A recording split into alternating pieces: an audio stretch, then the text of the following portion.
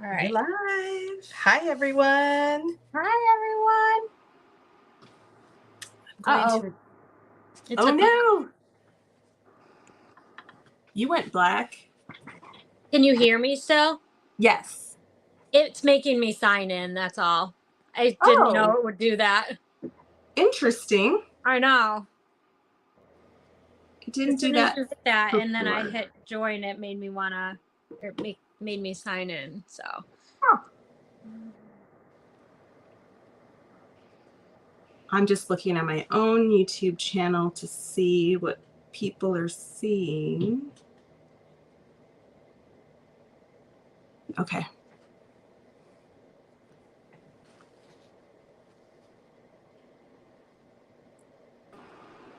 Okay. Okay, I think we're back. I think we're back. All right, let's see. I'm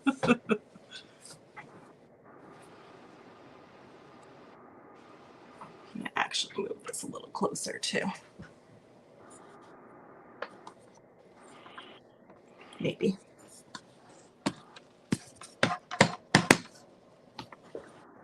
All right. So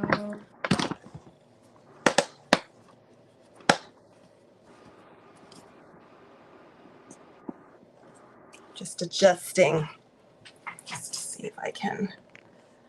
all right, I think we're good. I think so. Happy Friday. My Happy goodness. Friday. It's been a week. Oh, it has.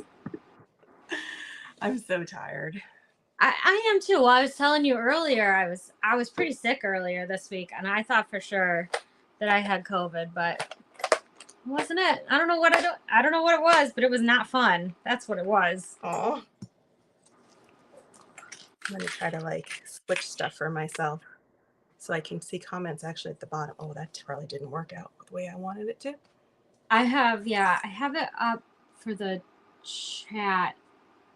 There we go. I can see the comments on here. Hi, Kalisha. Yeah, I can see them easier, I think, this way, maybe. Hi, Liz.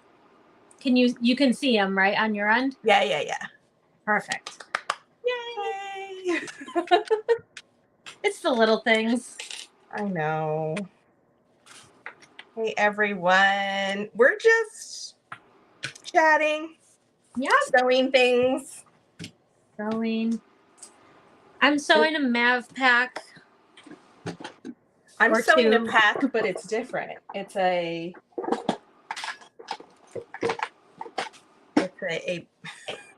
called the pack pouch. It's a little. That is so cool.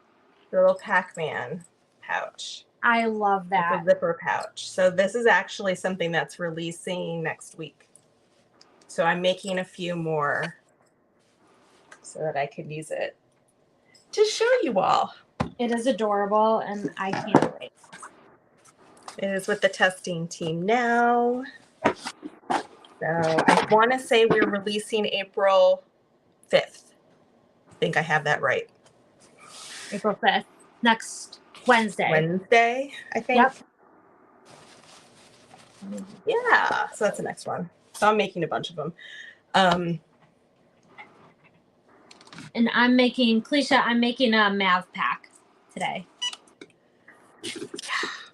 A clear one with this beautiful clear. I'm still interfacing things, so you're going to hear some beeping. I'm almost done. That's okay. I think I'm on my last 2 pieces that need to be interfaced. And sometimes I have to do them twice. Do you have, it sounds like the Cricut Easy Press. Is that what you have? I do. I actually have a full size heat press. I just don't have space to put it. I've been meaning to rearrange so I can have space, but have not yet. I do have a heat press too. I used to have one of the Easy Presses, and then I got a real heat press, and it's so nice. I love it so much. The Easy Press is fine. It is just time consuming. It is, yeah. I felt the same way. So I think I have a 15 by 15, something like that is what I bought. So that should make things like way, way easier. I had the OG heat press. It was like, I don't know, 8x8 or 9x9. Oh, really? Something like that. It was not very big at all. All right, I think I'm on my last press. Ugh.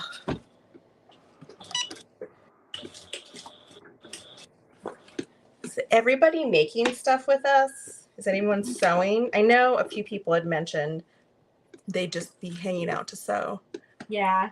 Oh, can you see the pattern? Yeah, give me a second. Oh, I will show you. The Cricut press is heavy. You're right. I'm in a fibro flare right now. I have fibromyalgia, so like everything's super heavy to me right now. So I'm like, oh, this is rough. Yes, you can see it again. Oh, see, the press is heavy for you too. Okay, I don't feel so bad. So this is the pattern. It's a beginner-friendly pattern. So it's a zipper pouch. It's my take on a different type of a zipper pouch that has an opening like a Pac-Man, and it's actually a hidden zipper inside. So these pulls are from New Moxie, has like awesome Pac-Man pulls. And then I did waterproof canvas on the inside. So it's big enough for like a cell phone, but it's a flat pouch. It's super, super easy to make. So this is all cotton woven. My testers have been using vinyl. I think somebody mentioned they were going to try waterproof canvas too. And then there's a wristlet strap too. Nice. Oh, you have these pulls too. Aren't they fun? I just ordered more. And actually, did you see that there's matching webbing for the pulls? No, from New Moxie? I didn't. That's adorable. I love New Moxie. If you have not seen webbing, I think she's restocking because I think we all bought it all when she told us about it. So I'll have to look. Yeah, they're really cute. Oh, you're working on the Wayfarer. I haven't tried the Wayfarer yet. It scared me. I've not tried that one either. Same thing. It scared me as well. A lot of patterns scare me. Though the one, like I've been really, really terrified of some of like the bigger wallets that are more complicated. Like the Necessary Clutch and all of those. I'm like, I don't even know if my machine can do it because I don't have an industrial. I have a semi-industrial. So I have a Juki TL18, which is fine, but super thick layers it does not like. I have a Juki TL like 2000 or yeah, something. It's close to this. The only difference with this one is there's a micro lifter, which I bet you'd be fine. Like the NCW, I made that. Yeah. I started on a little Singer patchwork machine, and I mean it was like the $199 machine off the shelf from Joanne Fabrics, and when I tell you that thing, it made NCWs like it was nobody's business. I think it would be fine. Hi, Rebecca. It's scary, but working with Brandy makes it much easier. Oh, awesome. All right. Kalisha, if you're looking to test, just message me on Facebook or message me on Facebook or Instagram. We'll talk.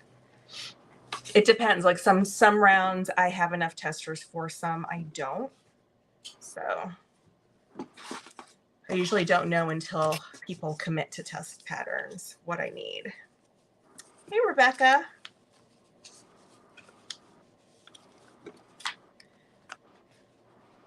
Oh, you have a Juki 2010 and a DU 1181. How do you like the 1181 for bag making? I've heard a few people that have been saying that they wish they had gotten a different model. I love my 1181. Oh, really? I do. I got my hair with double-sided tape. I love my 1181. I do. I wish I had room for a cylinder arm in addition. I don't think I could ever give up my 1181. I think it's just right for bag making. But what about the cylinder arms though that have the flatbed attachment? There are. I have seen those too. I think they're pricey. I was looking at, I think Shannon from Knotted Thread Co. has it. It's a Juki, like a 1341 or something like that. I was looking at that last week, I want to say. Oh, that's big money. Yeah, I think it was, who did I see that had one? I think it was Leslie Anthony. Yep, she has one too. I think she has a different one than what I was talking about, but she does have one that has the flatbed attachment on it for sure. Because that's what I was thinking about, like once I have some space. It's gonna be so that's cute. the dream. Yeah. So I'm everywhere as either, you can message me as K.Azcona Castaneda, or you can just find me under K.Azcona Designs.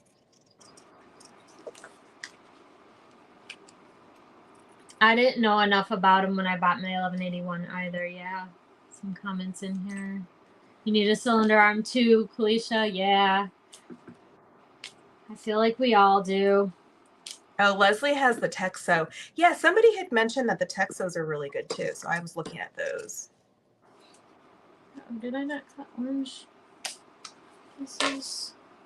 See, I knew I forgot to cut something. I forgot to cut a zipper overlay for this. 1 second.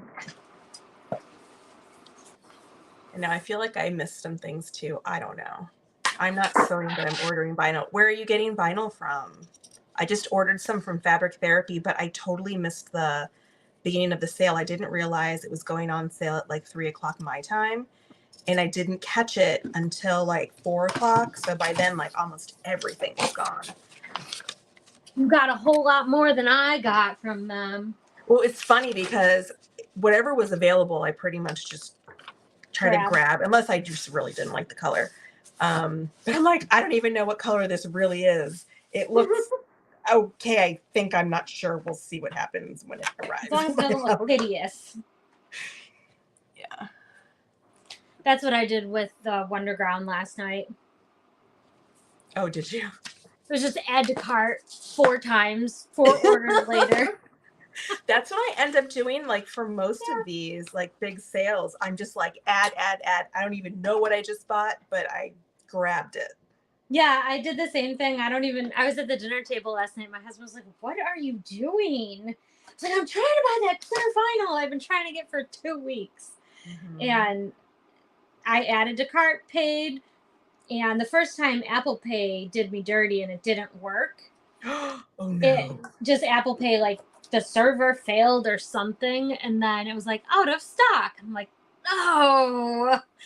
And so like an hour later, she must have been restocking. So then an hour later, she had the 12-inch rolls in what I was trying to get. Okay. And so I was able to get that. And that time, Apple Pay worked. So I was like, oh. Yes. Come on. Wait. Delva, wait, hold on.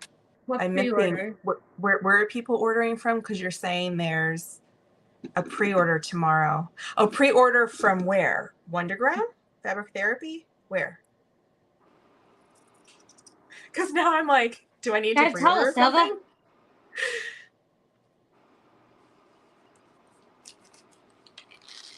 Just basic from, oh, okay, so.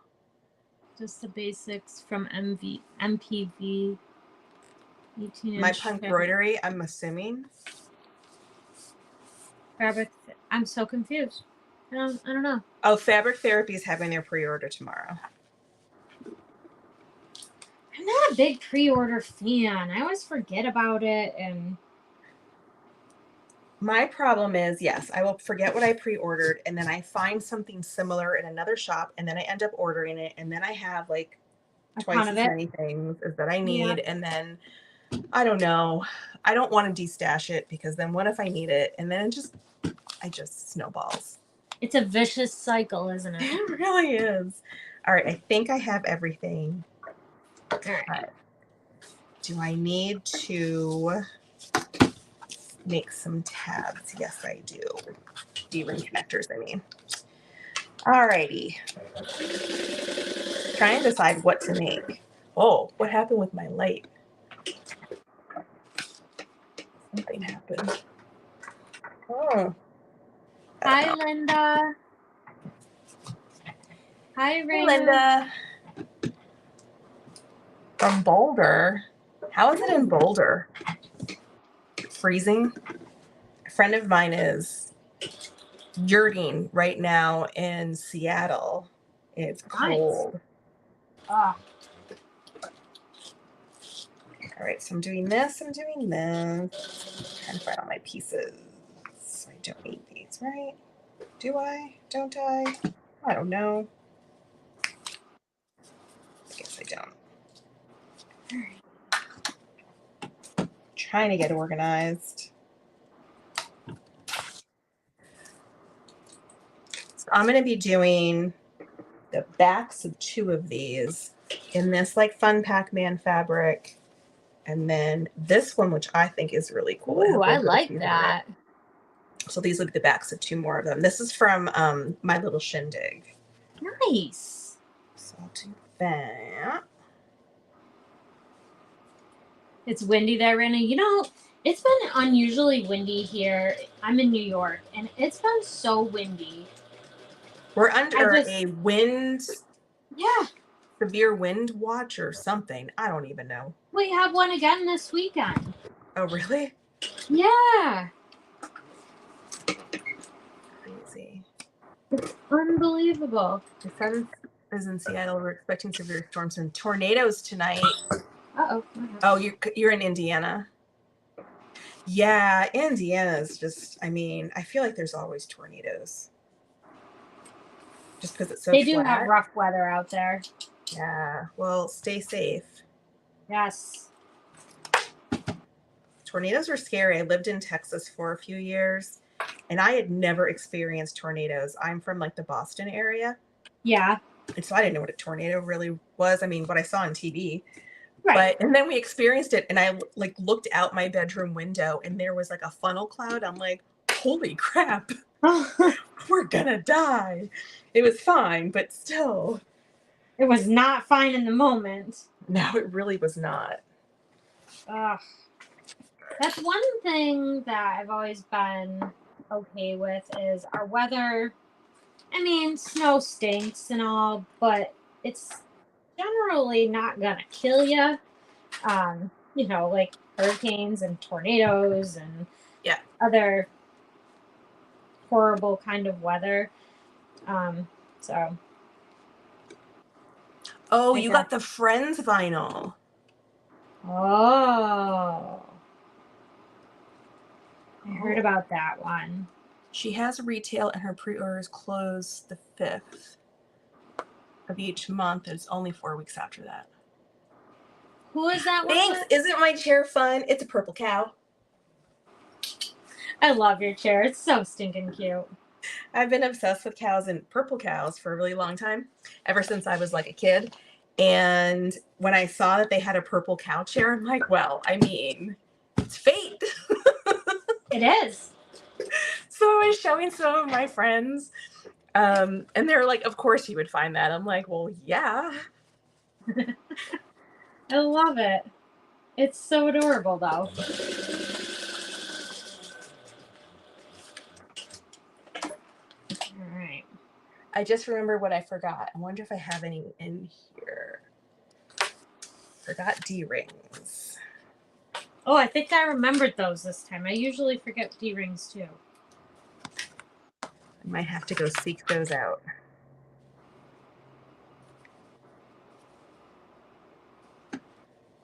In my basement sewing, I grew up in Pittsburgh, and we had no experience with tornadoes. Yeah. All right, I gotta put my... Yeah, tornadoes are scary. Like, I grew up, like, where there was, like we knew about hurricanes and big snowstorms, but not tornadoes. Yeah. Now I live in Maryland, and there's always threats of tornadoes around here. But, like, mostly in, like, the flatter, like, lesser populated areas. Yeah. But still. Not so much where you are. Not as much. Within the county, yes. Just I'm within city limits of like my town, so it's at least more populated and dense, and we don't see a lot of that type of activity. It's a little more hilly. That's good, at least. Yeah. All right. I'm obsessed with the Oreo cows. Aren't they cute? I love all cows. So I grew up like near like dairy farms and stuff too. So oh, nice. I loved cows. I did not. I grew up in the city. Yeah,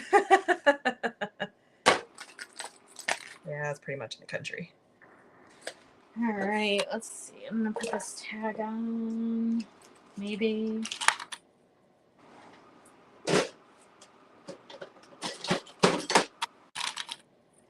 So Kim, you said you grew up in Pittsburgh. Are you still in Pittsburgh?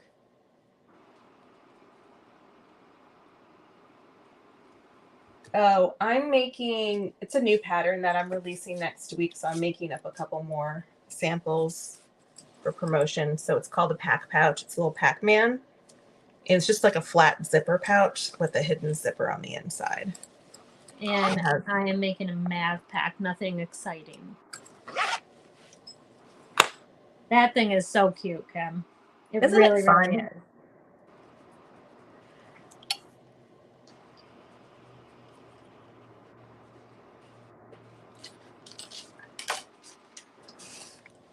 Oh no, I live in Indiana now.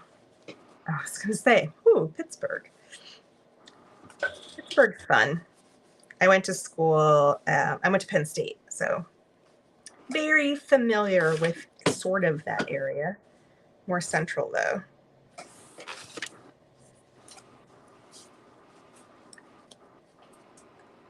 Thank you. The pouch is adorable. I will admit, I kind of love it. It was just really meant to be like a quick and easy thing that I was going to design for monthly fabric subscribers for my little shindig. I strike for them. And then when I made it, I'm like, you know, maybe I'll actually release it as like a pattern. I love that you are. It's going to do so well. I think it's a good beginner like skill builder, just because, you know, it does have curves, but they're not scary curves. Yeah. And I think it's a good, like that skill builder for curves because they're not super scary looking curves. Yeah.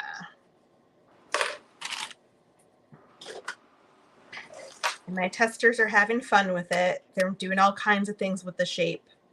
I bet they are. Not everything's a Pac-Man. It will be released April 5th. And I believe one of my pattern testers may be actually on this chat right now. Oh. So she's got the inside scoop. There you go.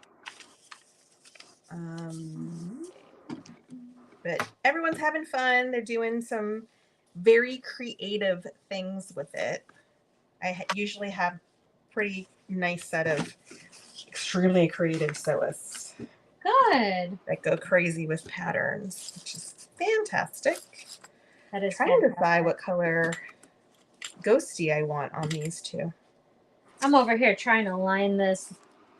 Trying to line the lines for. Oh, I want them to line up so it doesn't look too busy.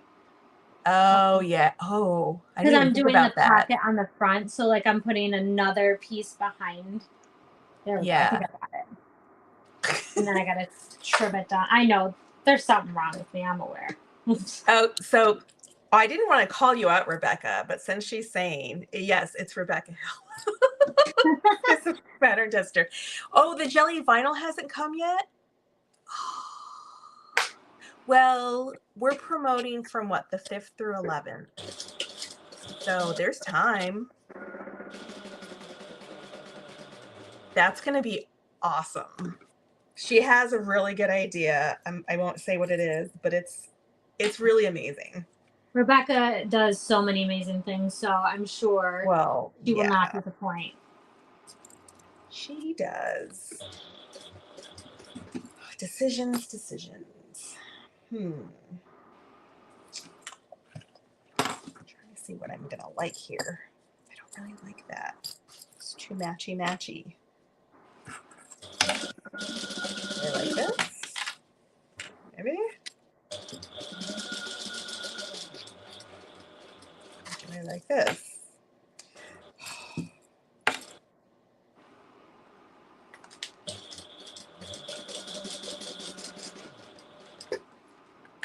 Okay, I think I'm going to do pink for this one. Pink? I'm going to do a little pink ghosty on one. I think I'm going to do orange on this other one. Do I want to do orange? I think I want to do orange. Okay. So this is what's hard about doing two at the same time. I hope I don't mix up.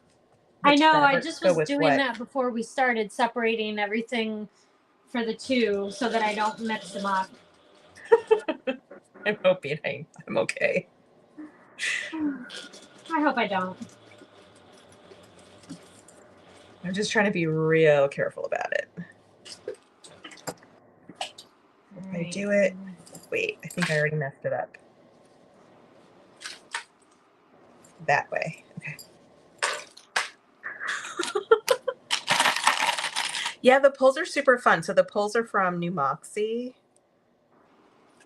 If you haven't ordered from New Moxie yet, you are missing out. You are. Her pulls are amazing things.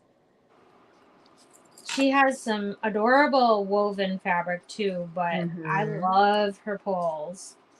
I have a whole drawer of pulls from New Moxie here. I'll have to show you in a minute.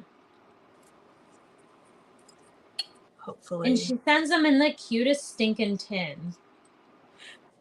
She has a couple different size tins too. She does. So it's really, really nice because then you can like store stuff there. One of them I ordered in the fall last year, the one that I keep the majority of my pulls from New Moxie in, and she sent it in a coffin plastic container. Nice. It's adorable. I think, was she the one that was doing like a really fun box/bag container at So Magical Expo? I'm not sure. It was like a different type of like a container for it. So this is the container she sent me. Oh, I have that. It's sitting right here. Yeah, I love it. But mine's just mine's like an iridescent one. I got it at the Dollar Tree. Oh, that's what she sent me, all of these. So I have these are like VW buses. I have Snoopy. Oh. Daisy. I love her enamel pins. I know Donald's in here somewhere. Yeah, I've been meaning to order some pins from her too. Yeah, I love her enamel pulls. They're so beautiful. Dropping things. All right. We got a front pocket. Yes, definitely check it out. And yes, Nicole's so sweet.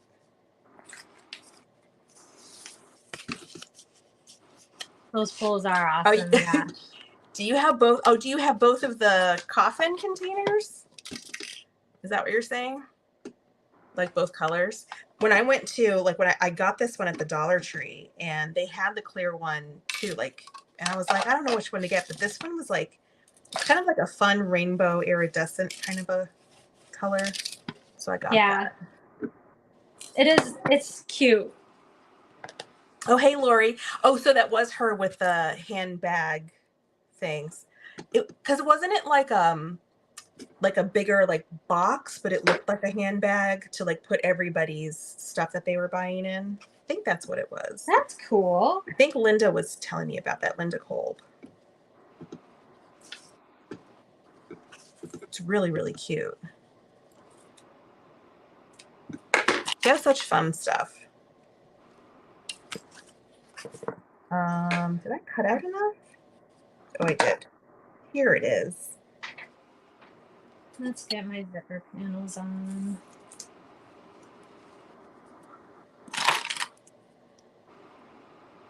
Oh, yes, it was. Okay, good. So I was trying to remember. One of these days, I will make it to So Magical. I'm gonna try. We'll see. I would love to. I would just love to meet everybody. Yeah. You know? Even if only to shop and meet. Yeah, like, I mean, the classes are great. I'd maybe try to take a class, but I'm such a slow sewist. I don't know if I'd be able to get through it for everything. I know. I don't I know. can be a slowpoke sometimes too, because I'll do something and then redo it until I'm absolutely happy with it, because that's just who I Sounds am like as a me. human. Yeah. Yeah, I do the same thing. It's the worst. I don't know. I mean, it would bother me if I didn't, though, because I like to be pretty precise. Yeah. And if it doesn't turn out perfect, I get really upset. I may leave it. Like I have tried to get to the point where I'm like, whatever. And I'll hide whatever flaws in like photos and stuff, but I won't sell it. Very rarely will I actually do that. Yeah. I definitely won't sell it if it looks like that, though. No, I know. I'm the same way. Be prepared to go broke. Oh, to leave broken tired. Yeah, I mean, that's the other thing is because I have like physical issues with like standing and walking too long. I don't know if I'd be able to like hang. I am the slowest for the same reason. Yeah. See, yeah, I figured like a lot of people probably just go just to like network and like meet people. Yeah. You know? They do. I mean, that's why I would want to go. Even if it was just for like the exhibit hall, just to like shop a little and meet like some of the shop owners and stuff too. Oh, Rebecca's going to be there in Tennessee. Oh, yay. See, that's how I am, Rebecca. It would totally stress me out that I'd be behind from everybody. I'd totally get lost in like which step we're on. And I'd be like, whatever. And I'd probably just end up talking to everybody and not doing any more sewing. I probably would do the same thing. Be like, yeah, I'll finish this at home. What did I pay for this class for again? Right. They're not that expensive, though. No, they're not. They're pretty reasonable. All right, I think I'm at the point where I can actually sew something. And then I've prepared. So much fun to meet everyone. I know, I want to meet everybody. I mean, it's fun like talking to people online and all, but it's not the same. It's just not the same. It's not. I wish it was, but it's not.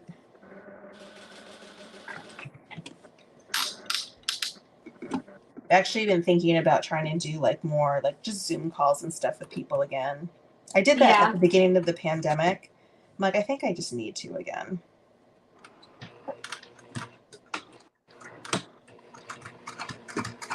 Like if I'm not going to see people in person, may as well chat. Yeah. And so.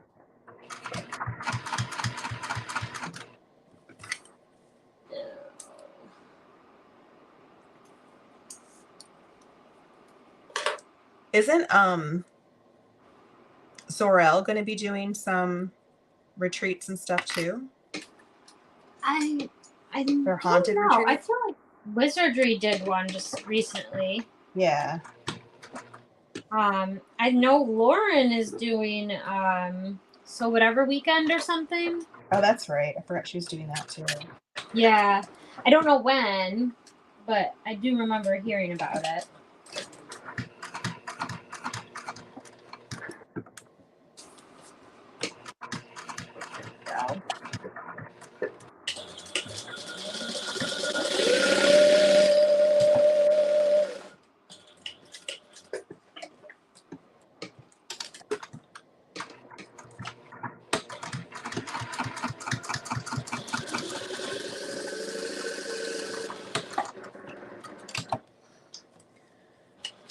Yeah, I think they're.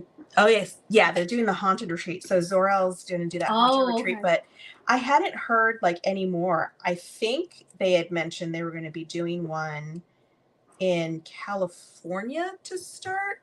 I think. Okay. Like, well, that's nowhere near me. Nowhere near me either. They never are, though. I know. I wish they would come to the East Coast. There's not like much. Northeast. Yeah. I mean, I don't want to say there's not much here, but I feel like there's a lot more as you go. Well, there's no Disney. Yeah.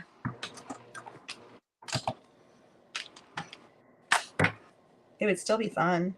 It would be absolutely fun. Because I do wonder how many people actually like stick around and do like the whole Disney thing, even in Florida. I guess if you're bringing your kids, you can, they'll have something to do, but. Yeah. I haven't been to Disney since I was a teenager. Oh, really? Yeah. I have friends that work at theme parks, and I'm like, I guess I could go. I haven't gone a lot, though.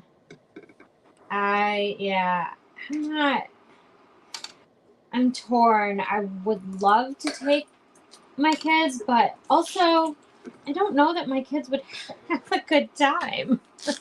My kids I feel like they might be bored and be like, are we done yet? Can we go yet? Yeah. How old are they? Well, some of them are a lot older. So my older two are 18 and 19.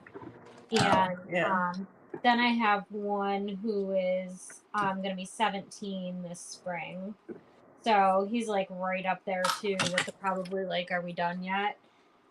There's some fun rides and stuff though. There are. And Universal too. I feel like they would enjoy Universal. That would be like it. Harry Potter World's the best. I don't have any Harry Potter fans in this house, believe it or not. Not a single one. Not a single one of the kids liked Harry Potter. I couldn't believe it because it's so big. I figured at least one of them was bound to like Harry Potter. They don't know what they're missing. I don't either. I've never seen any of the movies. It was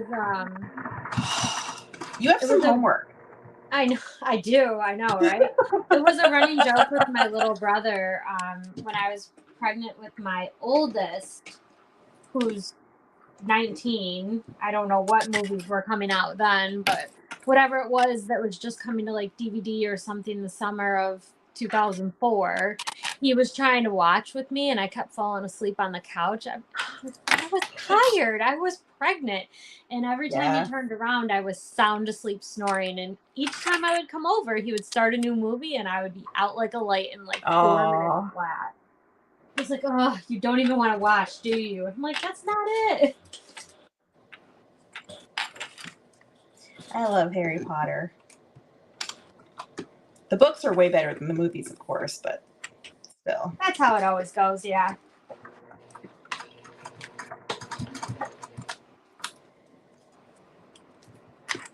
I didn't actually start reading them until like way after they came out first. Oh, really? Like the first couple books came out, yeah.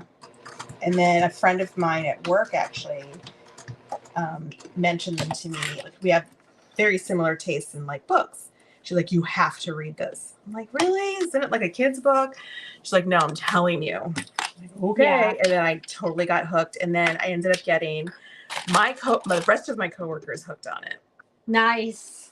And we were like all like exchanging books and stuff. I mismeasured for my zipper and regular. It's okay. I just got to trim a little bit off. And luckily, it's right by a stripe, so I could just follow the stripe. I could just follow the stripe. There you go. Stripes stress me out as I'm doing like yet another one of these in stripes. I love stripes and polka dots. I love all of those. I like how they look, but I get stressed out about lining everything up. Did you see me line this up? You saw me line this up, right? I did. Because it's got to be the same. I felt like it looks amazing. It lined right up. I'm like, I'm impressed. I should charge more. I'm very impressed. You should be very proud of yourself. Oh, I should charge more for that one for sure. There you go. Anything that's misaligned, you get it, a little bit of a discount. A little bit of a discount, yeah. But anything that's perfect, I mean, I feel like you need to charge twice the amount. Right? That was stressful. It was. Oh, I know. I have this, was it Zina or Zena? I'm not sure how she says it, from Cower Threads. I had one of those as a custom order that I just finished over the weekend. And she's a repeat customer, so it's like, it's got to be perfect. Came out great, though, so. Yay. I was very excited.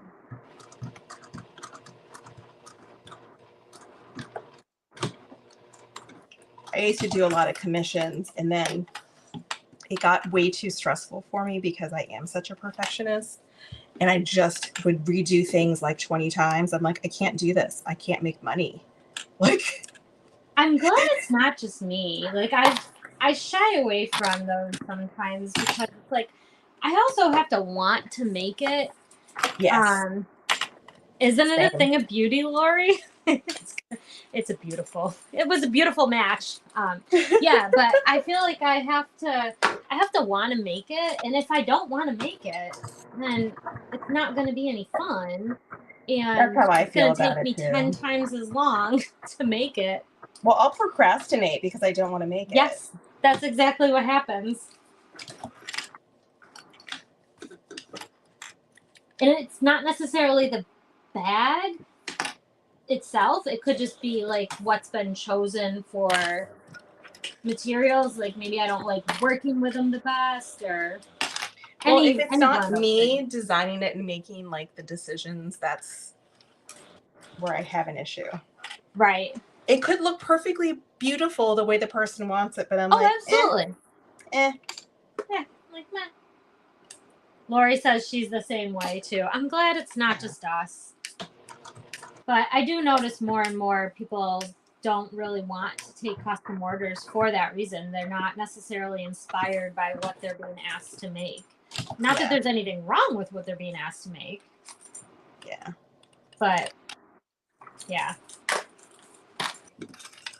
I think what's funny is, getting into like pattern making and stuff, sometimes people are like, why would you sell your patterns when somebody else is going to profit off of like your design? I'm like, I don't want to make all of these. Yeah. I don't want to have to take like commissions and all of that to make these bags. I'll want to make it once and then I'm done. Right. Like I almost never go back to even my own patterns. Once in a while I will, but I have to really want to do it. Right. And then that's just it. And if you don't want to, then what's the point? Right. So let somebody else make 50 of those. I don't care. Like me. Oh boy. I just want to sew until I have to sew. It's the have to sew part that I don't like. Like once it becomes like a chore, I'm done. And I don't want to hate sewing, so. Yeah. Do it the way I want to do it. Yep. Okay, let's figure this out. I think I was putting this together. These are going to be cute. I just love these clothes. They're just so fun. I love those. They're adorable. So fun. Hi, Joni. There's so much without it being a custom order. Oh, I lose so much money without it being a custom order. How do you lose so much money? When it's not wait, I'm confuzzled. Yeah. Is it like you make it and people don't necessarily buy it right away? Is that what you mean, Kim? Oh, like pre-made? I have had that problem, yeah. And same. I mean, that's kind of just I was watching something Lauren made, I don't know, it was feel like forever ago, and she made a comment and it really hit home. Like, I make what I'm inspired to make and I hope that somebody else loves it too. Yeah. That's kind of how I feel. And, it's unfortunate too that when you go and do that and then you price out what you should get paid for it. And that's when people are like, okay, never mind. Yeah. My husband made me this really awesome spreadsheet for pricing, and, I can go in and put all the patterns in, and, I usually just go based off of the materials list right in the front of the patterns, and, plop everything in there, and then I try and stick to that price, but sometimes it doesn't happen. sometimes I end up having to charge less for it, and it is what it is. It's pretty sad that if I can't get the price that I feel like it's worth because of all the effort that went into it, right, I would rather than just hold on to it and put it into like an online auction. Yeah.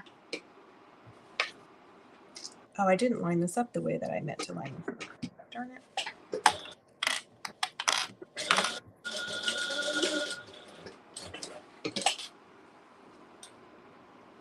And I'll sometimes just like donate the funds. Yeah. I have all these bags go out to a boutique, and so I have a space and they go to retail and stuff like that, and eventually if they don't sell, I get really frustrated, and you bring them home and you're like, great, now what do I do with them? But yeah.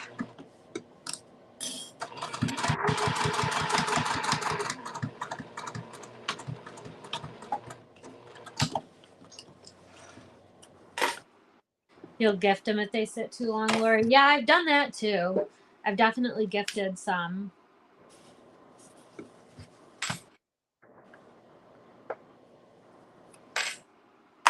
Yeah, so like I refuse to lower my prices too much. I won't do it. And that's what I'm saying. Like I'll even like just get to the point where I'm like, you know what? If I'm going to have to lower it that much to sell it, I'm just going to use it for a fundraiser and donate the money to charity. I feel better about doing that than letting it go and like physically selling it to somebody who's just buying it to buy it. For a loss, yeah. Yeah. If I'm going to take a loss on it, then I'm donating the profits to charity.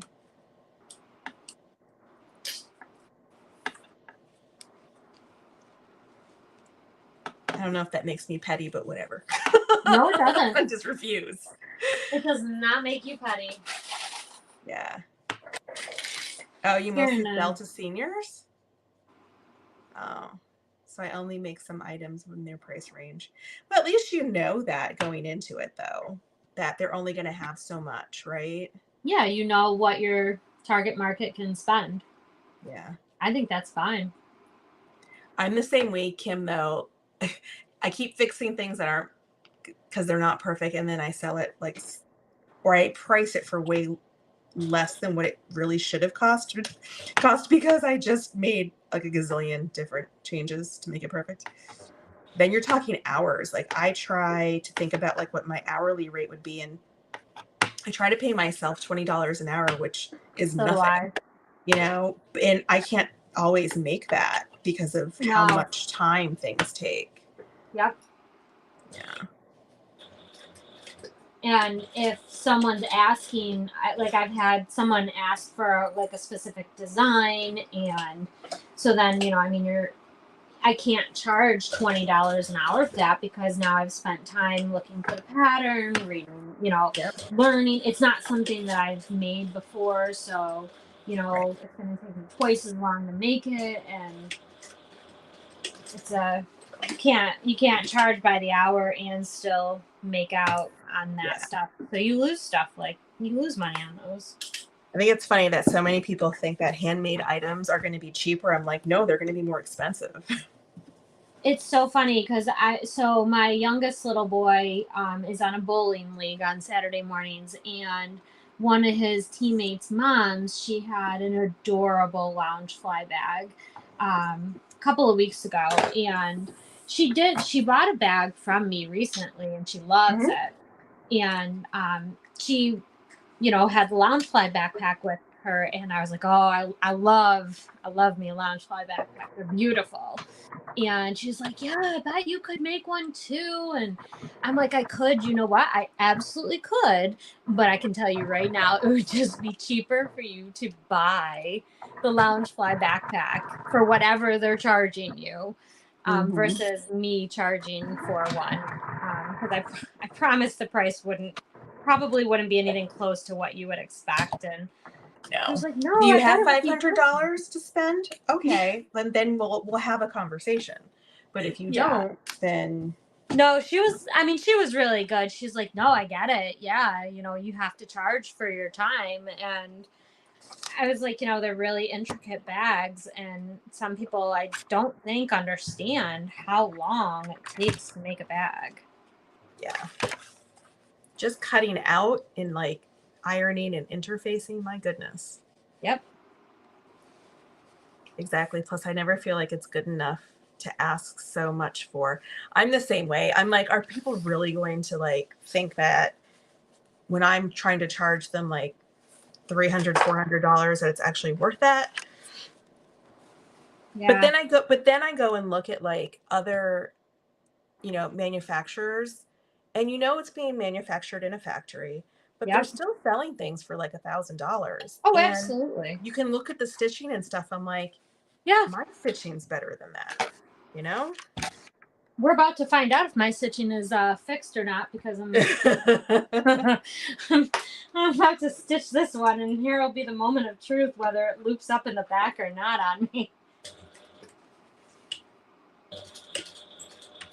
Yeah, Lori, same thing. Like I see every little flaw. Like it's so funny. Somebody had mentioned to me that they will like toss out a bag if they see skip stitches. I'm like, you don't try to fix it?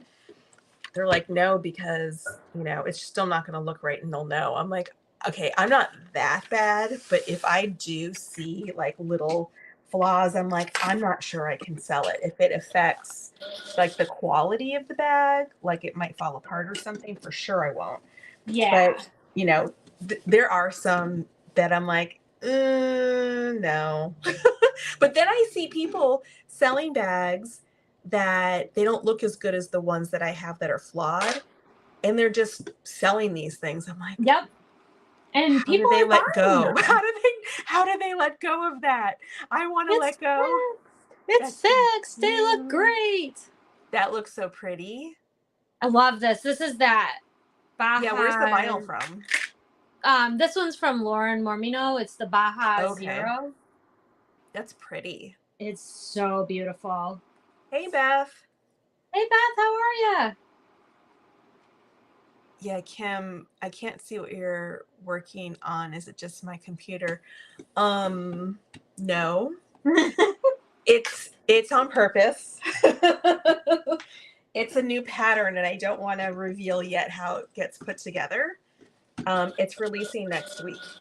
So I've been showing like the final one. It's called a pack pouch. It's releasing on Wednesday. It's just a little zipper pouch that has a hidden zipper that looks like a Pac-Man. It's super adorable. Pouch with a little wristlet. I missed it is a bunch hard, of Linda. Yeah. Fairly. It is really hard to price stuff fairly. I don't know. Like I'm better at pricing other people's stuff than my own. It's hard. It is very hard. I'm definitely harder on like my own work than anyone else.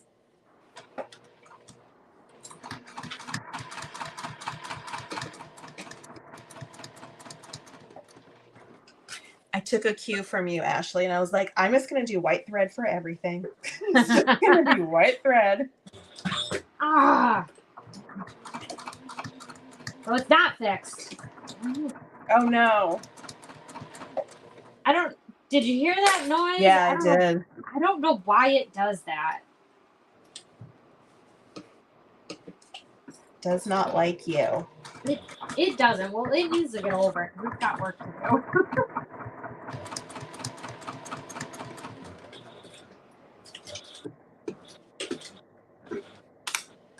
But the fabric that I'm using is from My Little Shindig, so I'll at least show you some of the fabrics. Is that cotton or is it vinyl? I can't tell. It's cotton woven, yeah. Did you treat it with like eau de Kote or something? It looks like it has a shine. No. I think it's just the camera, probably. Maybe. Yeah, I don't know what you're doing selling your dolls for so cheap. Just saying. Oh, I must not know about that. You have to see her crochet dolls. They are gorgeous. And I will have to take a look.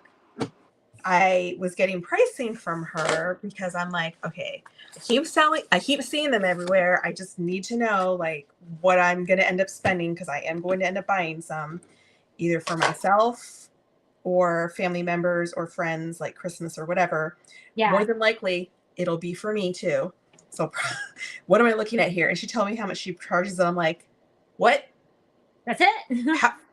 Well, that's why I was asking you what size, because I'm like, okay, I can see like for maybe a teeny, like little simple doll that didn't have like a lot of detail maybe, but yeah. No. Now I must know. I'll have to go look. You'll have to look at her stuff. It's gorgeous. I want a Wednesday doll, and she has some Day of the Dead stuff. She's got all kinds. She has Nightmare Before Christmas. Ah. There's a Jack and Sally that I have my eye on. So anyway, I need to narrow down what I'm going to order, because I realize it also takes her, I mean, it's a lot of hours. Yeah. So I'll have to pace myself in my ordering, I think. Yeah. They're so pretty though.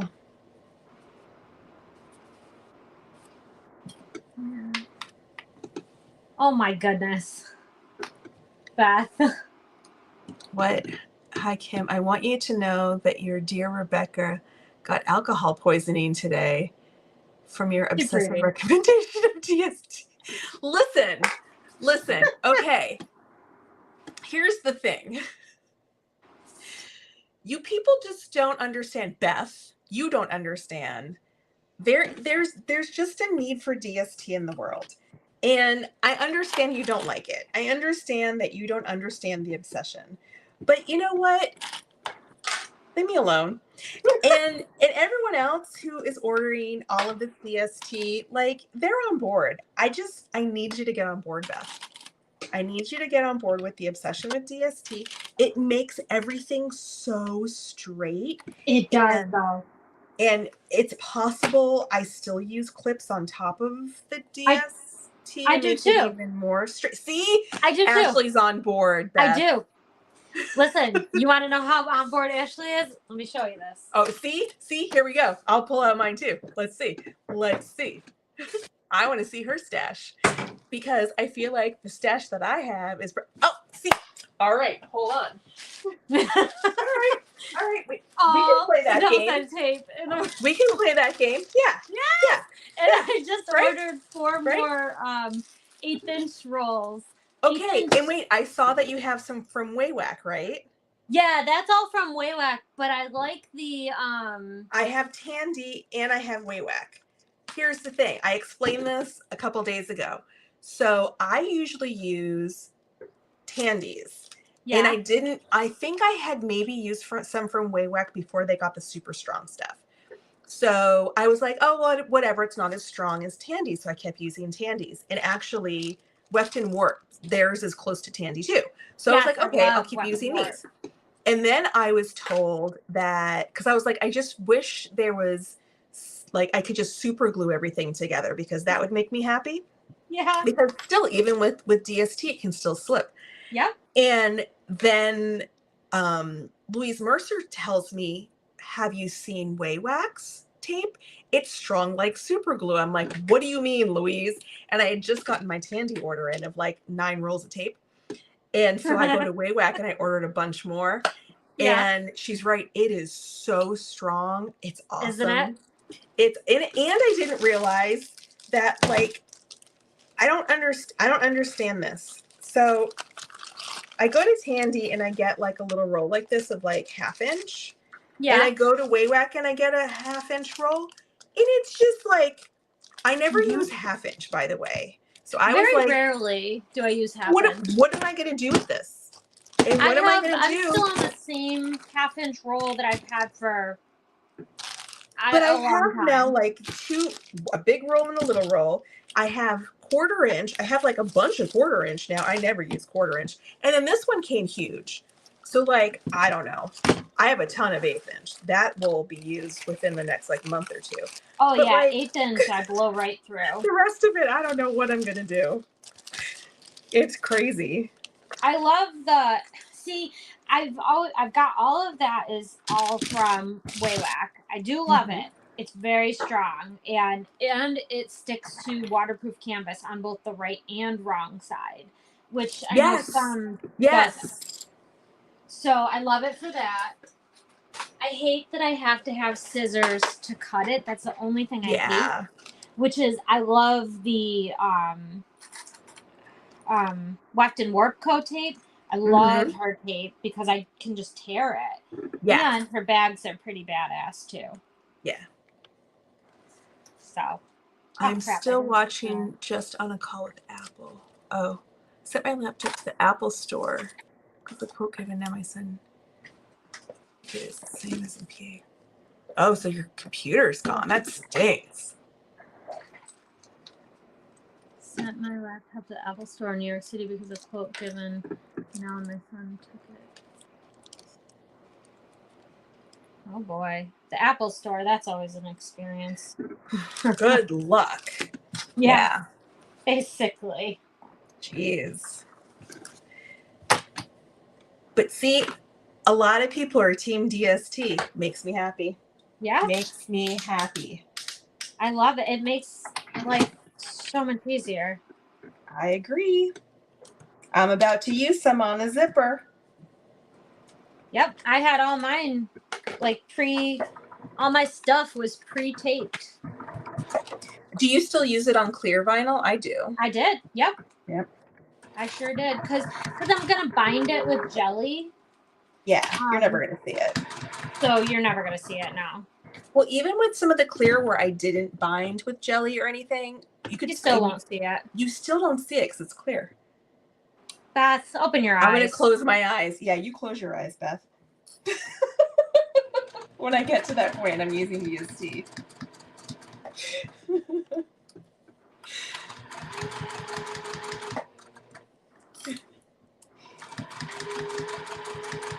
And it's not like you never use DST.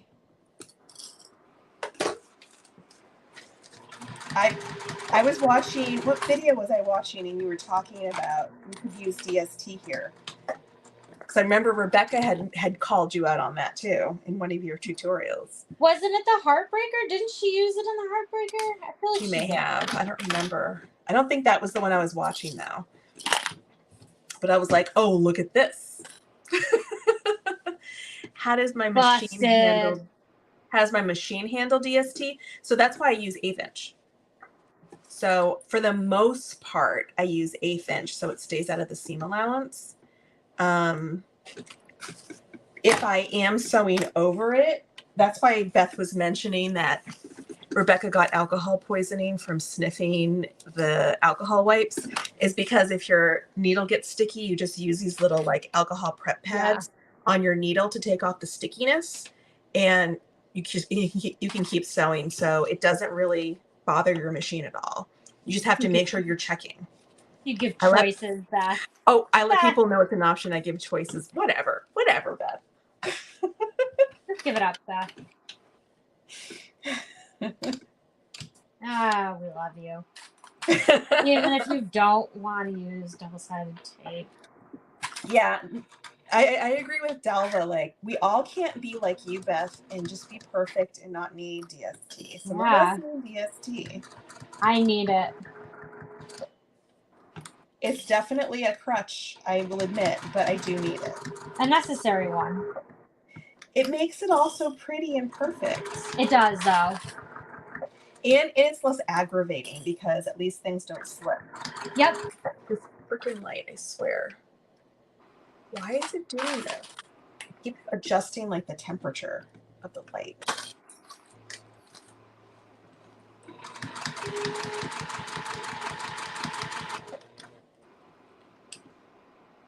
You should give some away to your testers.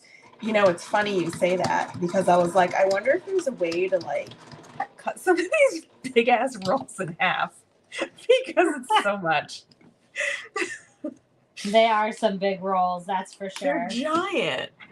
But you Jeez. get, when you order from Wayback, you get a discount. The more rolls you order, the cheaper it gets. Yeah. Oh. There are non-stick machine needles, you're right, Raina, but I don't know if they make them for industrials. I feel like they are made for domestics for sure, but I don't think there are any for industrials. Not that I know. And they're the tips of them aren't as sharp. So I use Microtex needles, and they're super sharp, which really helps you sew through vinyl without it ripping your vinyl. And I mean, same with a lot of materials. It's just a cleaner stitch. Yeah. And the non-stick, I think, are considered universal needles. So they're not as pointy. They have a little bit of a curve there. Yeah. So I don't use them. I don't know what mine are. Sharp. That's what they are. I think the way that industrials sew that you probably don't even need like a special needle or anything though. Well, there's I mean, I have a package of leather needles that came with my machine. But I've honestly only used one of them, and only because I let myself run out of regular needles, and I was like, oh, my needle needs to be changed. And I didn't have any more. So, but I didn't really feel a difference in anything. I think there's so much force behind the machine that it really doesn't matter. Yeah. I think so too.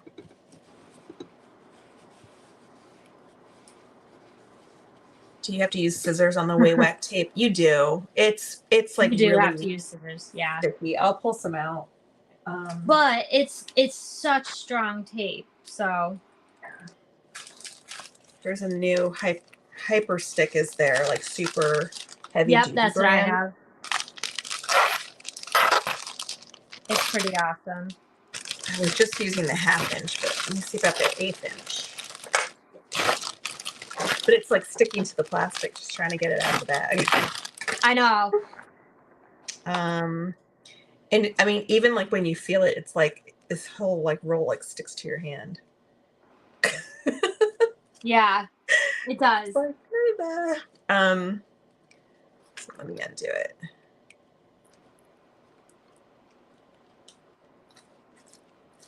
Hold on. Okay, so here's an 1/8 inch. I'll try to tear it. You can tear the 1/8 inch. Sort of, kind of. The 1/2 inch you cannot. No. But it looks like the 1/8 inch you can still tear with your fingers. I think even the 1/4 inch I had problems tearing. Yeah, I couldn't tear 1/4 inch.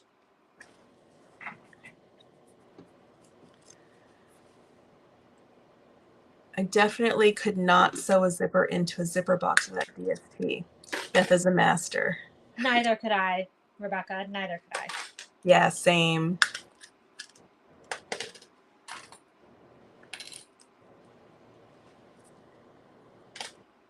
I use 1/2 inch. The only time I end up using 1/2 inch, Rebecca, is when I'm making handles or double-sided, or not double-sided, handles or crossbody straps. I'll put one long piece of 1/2 inch right down the center. That's what I do. Yeah, that's the only time I'll use the 1/2 inch, really.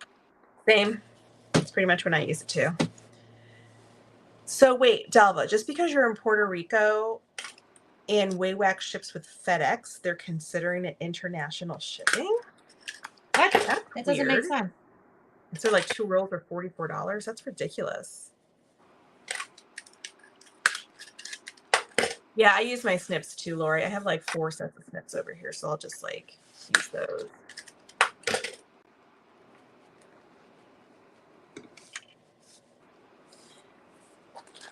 I'll sometimes also use the 1/2 inch for, I've had instances where I've had like a textured vinyl and I want to put foam on the back, but like spray adhesive doesn't really keep it sticking to it enough.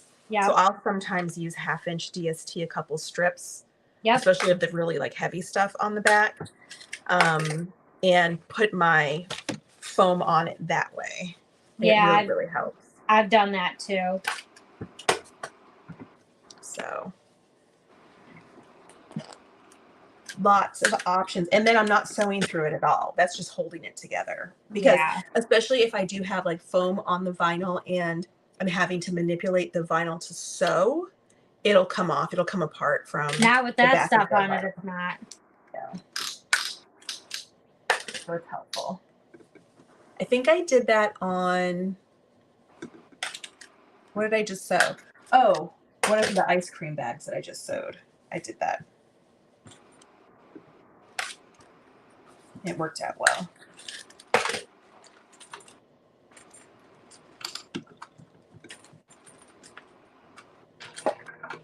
I will always find a way to use DST though. She's bored talking about double-sided tape. You know what else is new?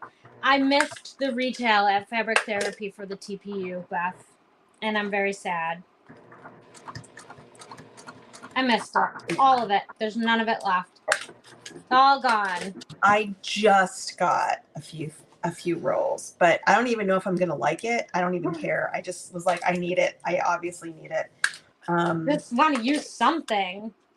Well, so I was debating whether or not to pattern test a clear vinyl bag for somebody, because I'm like, I would want to use TPU.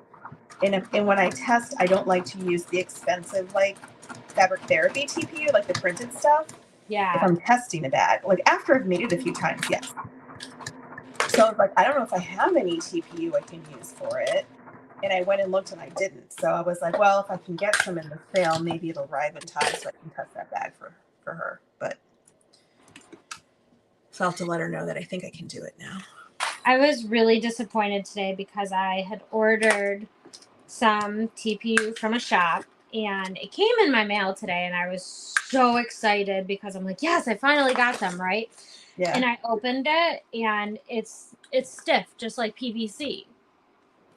But it was called TPU? They called it TPU. So, I mean, you know, maybe all TPU is not equal. That's very possible. But I emailed the shop right away and I was like, hey, you know, I got my TPU and it kind of feels like PVC. Did you send me the wrong thing maybe? And she's like, no, you have to take the film off. Like, I did. I did. And that was it. She never replied. So I'm like, okay, I guess it's the right stuff. But it's not TPU. I wonder if it's a different weight of TPU.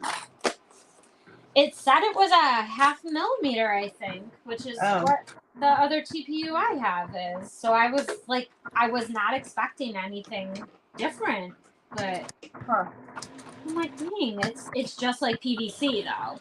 And also the price was about half of what I pay for TPU other places. Then it was PVC. I'm pretty sure it was PVC based on the price. PVC is cheap. Yeah. And it was only $14 for the roll. Oh. But TPU is usually closer to 25. Uh-huh. Yeah. So, I mean, they stood by it. They said it's PVC or TPU. So I'm like, oh, there's no way. I guess I'm not going to argue. I've got it now. Like, it's pretty. Don't get me wrong, but it's stiff. Look, Beth, we can talk about mushrooms if you really want. But you have mushroom TPU, Beth? No. She really wants me to go back to this one bag that's a mushroom bag. And she knows what my lineup is for patterns coming up. And it's a long list. I don't know how I'm going to fit that mushroom bag in there. It'll happen eventually. But be patient, Beth. She's pushing for the mushroom. Patient. But that one made me mad. Because I had this idea in my head and I couldn't get it to work out the way I wanted. So I am going to have to like pretty much like redesign what I was thinking. I think I know how I'm going to do it, but still. We'll see. That stinks. I only use 1/2-inch tape if I'm not sewing over it. I have plenty of 1/8 inch and 1/4 inch. I don't even use 1/4 inch though. Like I pretty much stick to 1/8 inch tape. So normally I don't use 1/4" much either, but I will say when I've been doing these clear matte packs, I have been using the 1/4" there so that I can overlap my zipper by 1/4 inch. Oh, yeah. On the clear, so because I can't draw a line on it or anything like that, so I'll grab the 1/4" tape and I'm like, well, I'll just line the tape up on it. Yeah. Oh, I probably should have marked my center like I'm supposed to.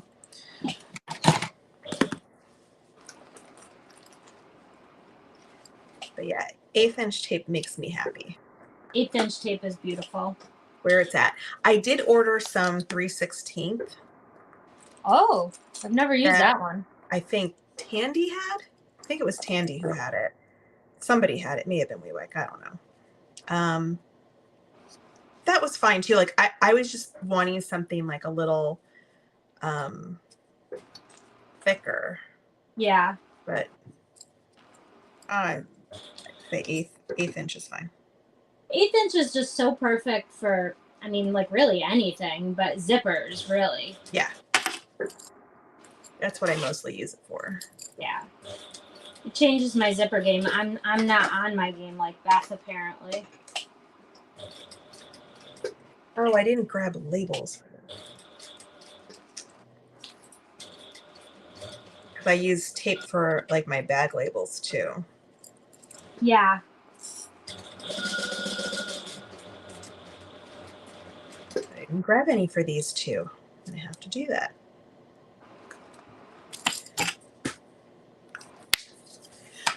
I don't know which ones to use. I had to do all that before I could log on. I had to pick out my labels first. I'm probably just going to do, I tend to stick to, I get all of my, oh, darn. I get all of mine from Heartwood and Hyde. Yes, mine too. And I tend to, like, I've ordered a few colors from her that I never use. I never use them. I mostly use black. I know. I feel like I ordered so many colors that I probably won't end up using, but I was just so excited that it was my turn. I just ordered so many. Probably just use these. I use these on the other ones. These are like her. I love those ones. It's black cork. Yep. With like a rainbow gradient. It's her pastel rainbow gradient. Yep. I love these. I think I picked that one out for one of these bags, but this one I have the teal cork on it. I thought the teal went really nice with the orange. I love all of her different gradients.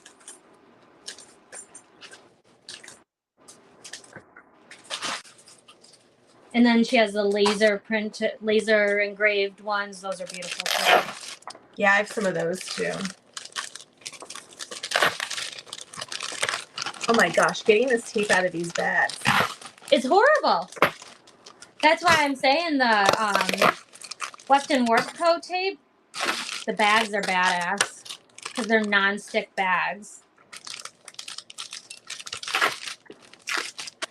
I can't get it out. Beth is just too poor to buy double-sided tape. Beth, I'll send you some.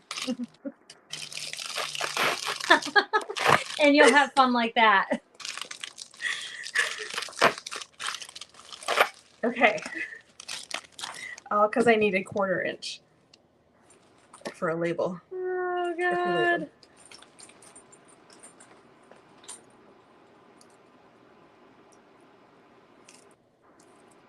Beth, you are not too poor to buy DST. Whatever.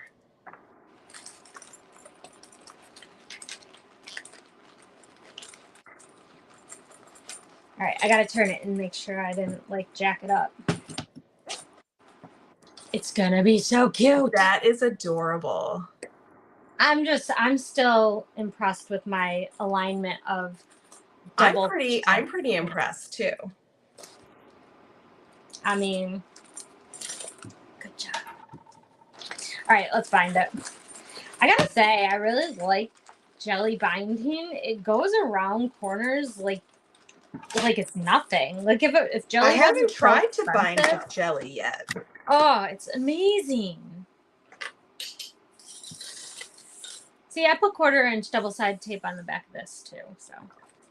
Okay, so I have a question about binding with jelly. Yeah.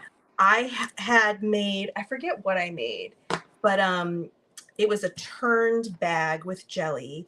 And when I turned it, it left like in a couple of the places, it left some like little white marks from like where it was like had like bent. Yeah. Is that doing the same thing with like binding? Do you see like any white marks at all? Was it black jelly? Purple. Oh. Was it a dark purple? No. I don't know. No, I don't see anything like that. I mean, to be fair, I've only done it on two bags so far, but I would think if it was going to happen, it would happen on the black jelly, because the black jelly can mark up a little, and that is what I used on the both bags. So, where did you get your jelly from, though? So some of my jelly is from Weft and Warp from over the summer, and some of it is from Zipper Valley. Is that the one that's in Canada? I don't know. I think it's Zipper Valley. It just came. That just came today.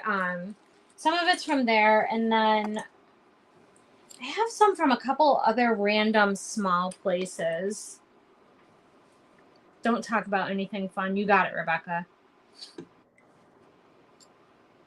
I don't know where the rest of it's from. And yes, Beth, I understand the spending on the fabric. But here's the thing. I mean, tomorrow is affiliate payment day. It's first of the month, so go buy some DST.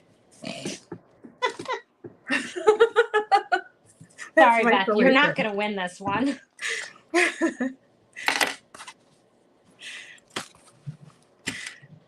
And yeah, Zipper Valley is in Canada. Oh, yes. Yeah. So I did get some from Zipper Valley for sure. I don't remember where else I've gotten some. I have it from 3 or 4 different places. Like at Christmas time, I got this 12-pack of different colors from some random place that I don't remember the name of. I think Glitterbug Fairy just started carrying it too, didn't they? They sound familiar. They have fun stuff. They also started carrying waterproof canvas, but in talking with them just in their group, it sounded like their waterproof canvas is even thicker than OtterTex. That's why I didn't buy it. Because I was looking for something thinner, because my machine cannot do thick OtterTex plus a bunch of layers of vinyl, you know? Yeah. I don't have any problems with that, obviously, but I love the waterproof canvas that Lauren is doing. I haven't bought hers yet. I've wanted to. Once I run out here, I'll probably end up trying hers. I like how the back feels, and it's totally irrelevant. Like, it doesn't really change much about the way that it functions. I just like how it feels. What's the difference? Like, what does the back feel like? It's smoother and softer, and it does feel like it's like it might do better on domestic machines than FWD, like the OtterTex. It may very well do better on domestics than OtterTex. Oh. But I don't know. It's got more drape to it. It just feels nicer. I think nothing that's really important. One of these, I think, I have some Weft and Warp water resistant Oxford, and I think this is the waterproof canvas from Wonderground. I like theirs too. Have you tried their nylon? No, I have not. I have some, but I have yet to use it. I hear it's amazing, but there it is on my shelf still.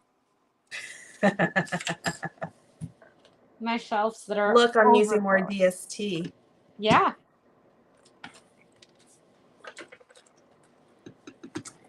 smells. It makes me happy. And I'm enjoying sniffing the fumes of my DST. Beth, now's our chance. Let's talk about Rebecca. Hurry, hurry, quick, quick. That Rebecca. Is next week spring break for your kids too? Yes. That really crept up on us. I feel like just last month it was February break. Oh, wait, it was. Yeah, kind of creeped up on everyone. It's so funny. Like, we've been preparing all week for people to be out of the office. Yeah. We have like half of our departments out. Oh, no. On spring break. So it's so funny. So yesterday I go into the office 2 times a week. Yeah. Yesterday I'm in the office and I had 3 people come to me saying, hey, I don't know who to put on my out of office because the person I normally would have put is also going to be out of the office. Can I put you? I'm like, yeah. So by the 3rd time that somebody came to ask me, I'm like, let me guess. You want to put me as your out of office person. He's like, how'd you know? I'm like, because you're the 3rd person to come over here. Yes, that's fine. It's fine. Everything's fine. He's just cracking me up.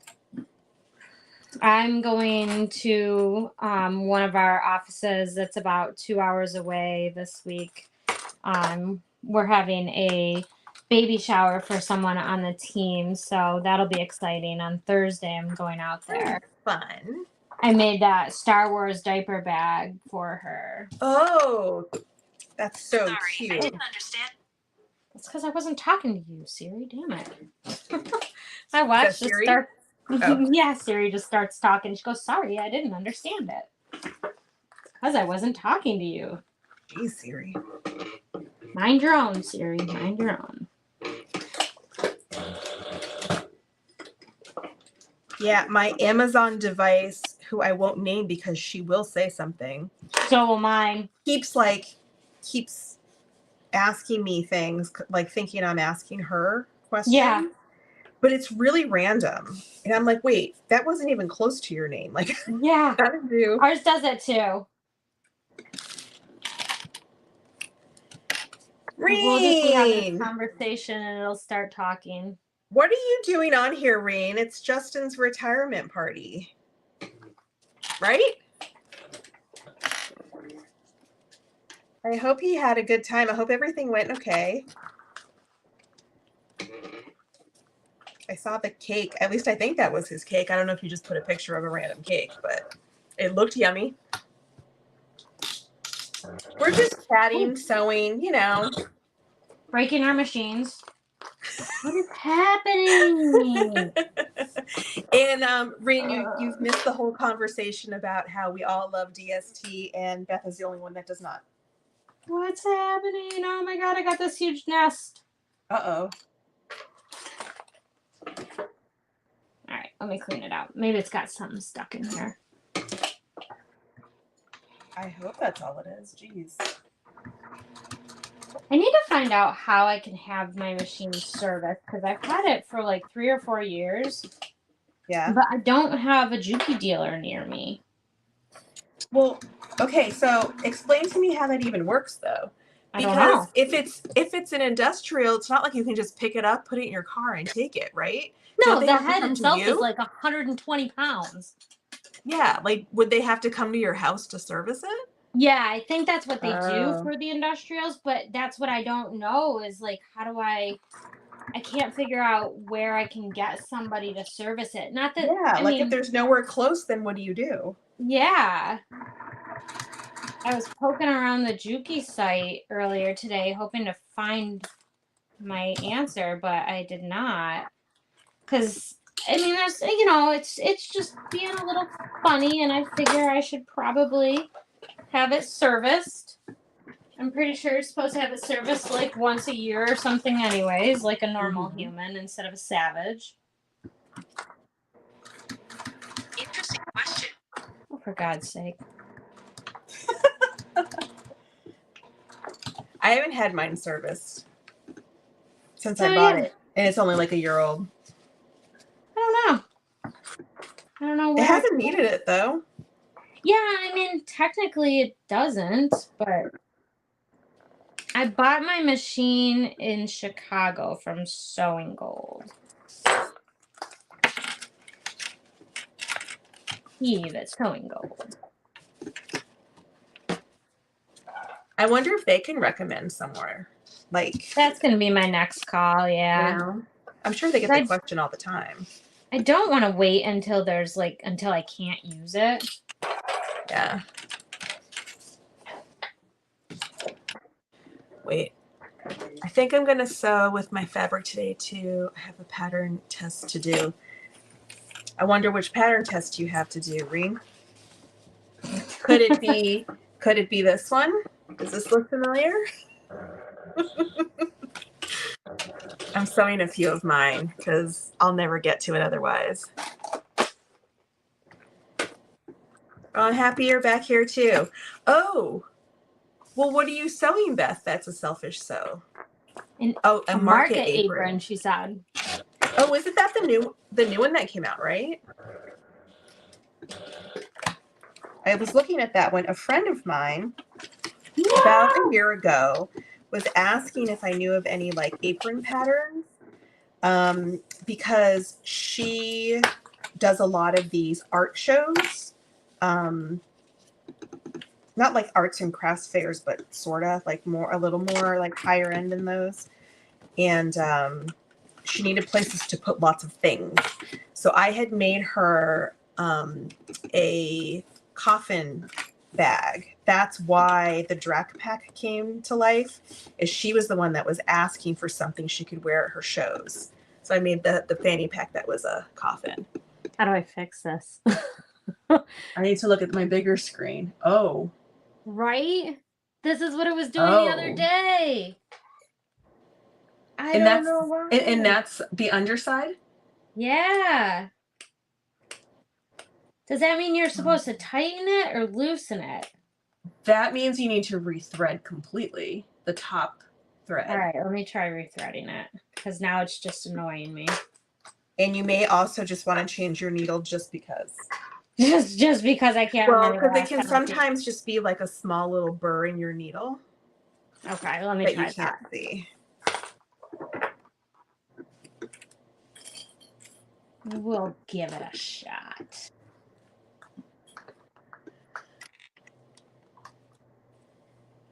Now my thread is stuck in my double-sided tape. I only have declarations of love for my Rebecca. That's not what you just said. You said we should talk about her. It's in writing. It's here. We have it documented. Yep. You said hurry. Now's our chance. P.S. I sent Justin his own PS today. We'll see on the replay, Beth, right? Yeah. Doing a video on it next week. So excited. Oh, yes. Beth's going to do a video on this pattern next week. Nice. Yeah, that looks familiar. I have to sew that. I have to cut my fabric first. Some Magic Mike Wannabe has been taking up a lot of my work with his retirement. I know, your husband. My goodness. How selfish.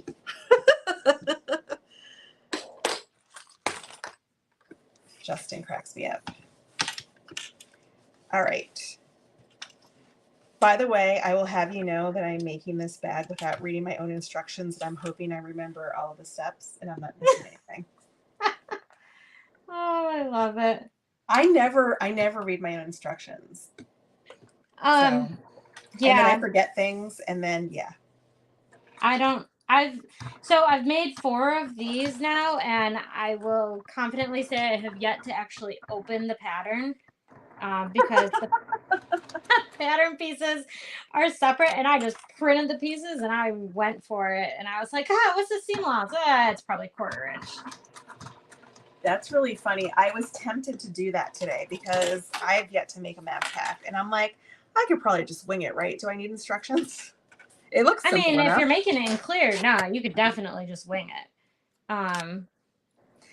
I do believe I've seen that it's written to birth it. but I don't enjoy that. On something this small, I don't think I could do it. Mm. So I would probably just bind it anyways, in which case I still don't need the instructions. So we're good. That's what I think a lot of people have said that they're doing now is they're binding it. Yeah. It's too hard to birth it, or they're enlarging the pattern and then birthing. All right, let's see here. Change this needle. Take the bobbin out. It's gotta be needy. Make sure there's nothing stuck up in here.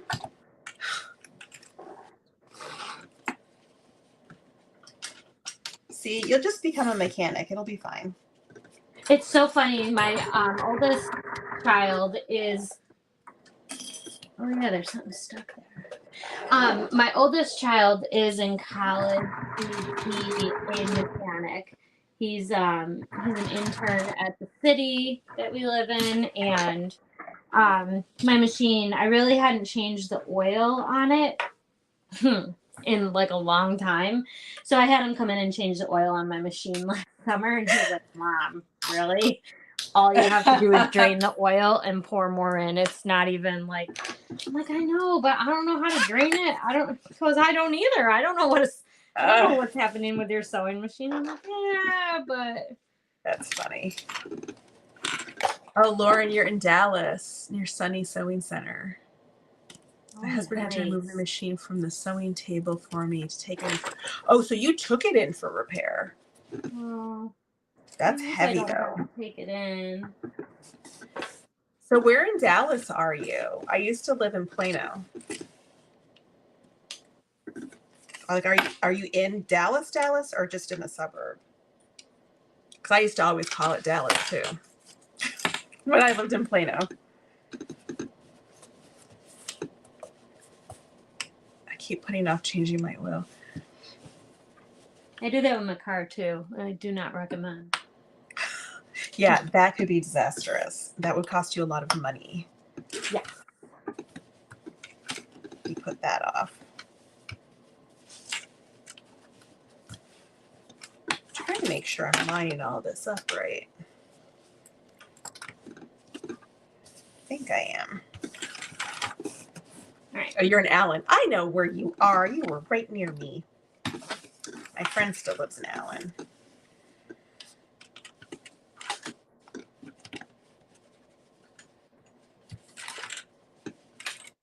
It's a nice area. It's too hot for my taste, though. I can't do heat. At least it was a dry heat, but oh, it was rough. It beats this ice cold weather here. I don't know. It was really hot. I wonder if I should have done what I'm doing here on this one. Did you mess up your own pattern? Maybe. Which I do often. All right. There's going to be a moment. Well, I'm being a little lazy and not pressing things. I'm like, I think this is fine. I just hope it fits the circle. And it'll be okay.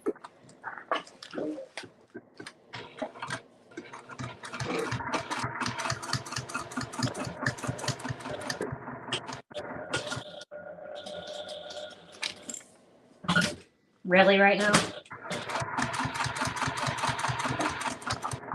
Oh, for God's sake. Still? No. What the hell?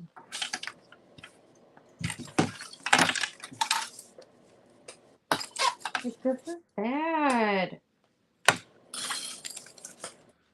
I changed the needle.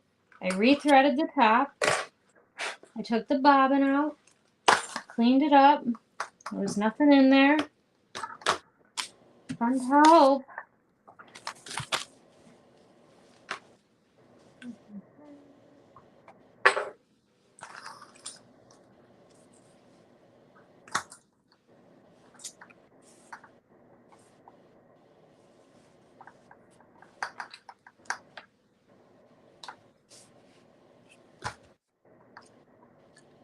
Oh, you also have a Juki TL18. Yeah, I love mine. I do want an industrial though. I've been eyeing cylinders that have flatbed. Flatbed. Yeah. Yeah. One day I need to build out my sewing area. So I am in a spare bedroom in my house because we had moved into the house with the full intention of getting our basement refinished because it's an unfinished basement. And then when we were planning that is when the pandemic happened. Oh. So then it was like, well, guess that's not happening. Yeah. And then, you know, lumber prices went up and all of that. And so it's still not done.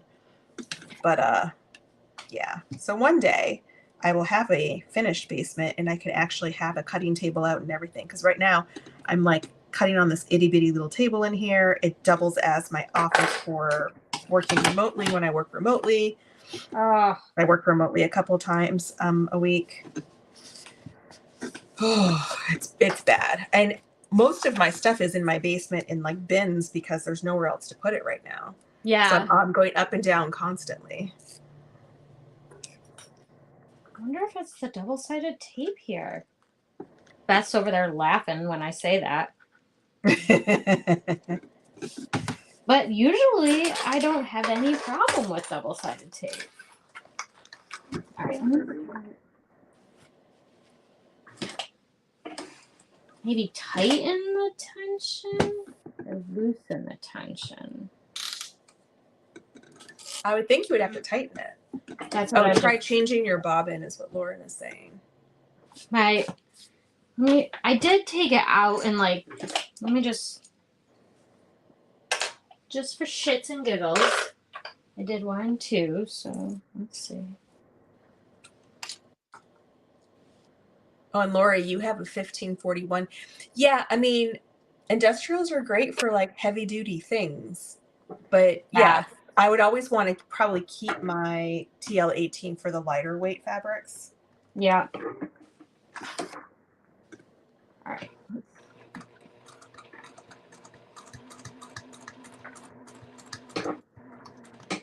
Maybe I like wasn't holding the tails or something.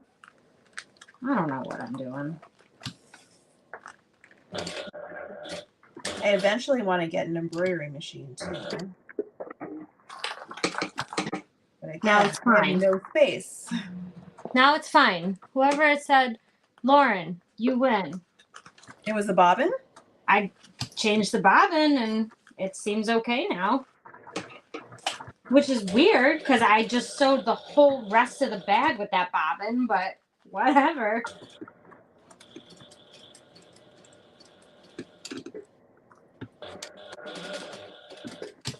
Check it and make sure it's still. Oh.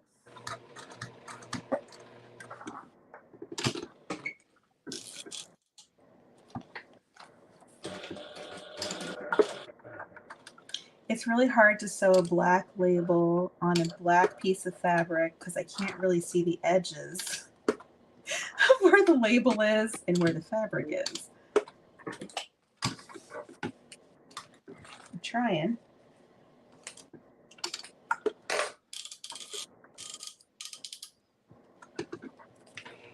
I think I got it. I don't even know. Did I? I don't think I've ever used my seam ripper this much. I touched the tension, so it was the tension in the bobbin, I think. The tension and not in. Yeah.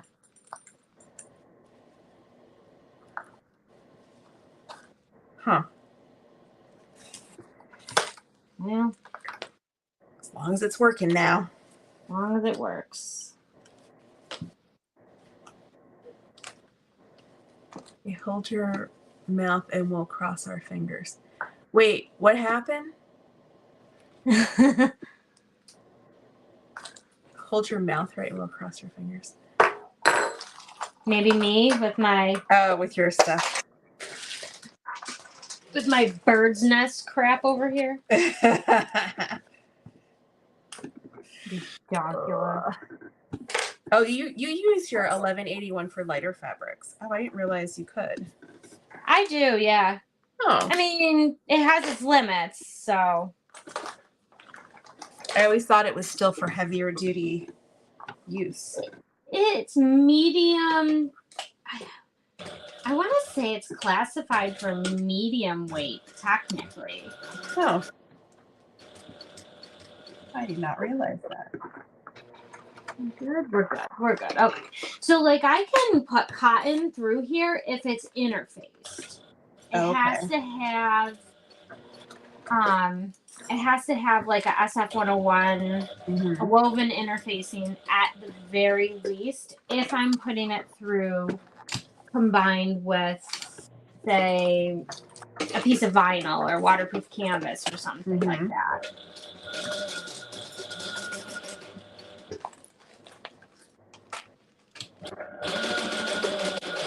I forget who was telling me, but they were mentioning that they didn't like the 1181 because it couldn't handle the thickness that they wanted. I don't know what they're sewing. Yeah. Yeah, I wonder what they were sewing. Very few things that I have thrown at this machine can it not handle. And like I had some leather hide, and it was unskived. So that, you know, folding making like a double folded strap out of unskived leather. Yeah, it didn't really like that very much, but that's not normally what I'm using. Yeah. All right, we're good. We're good.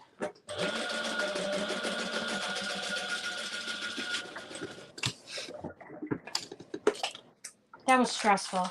Way more stressful than it needed to be. You need to charge more for that bag. I'm gonna. I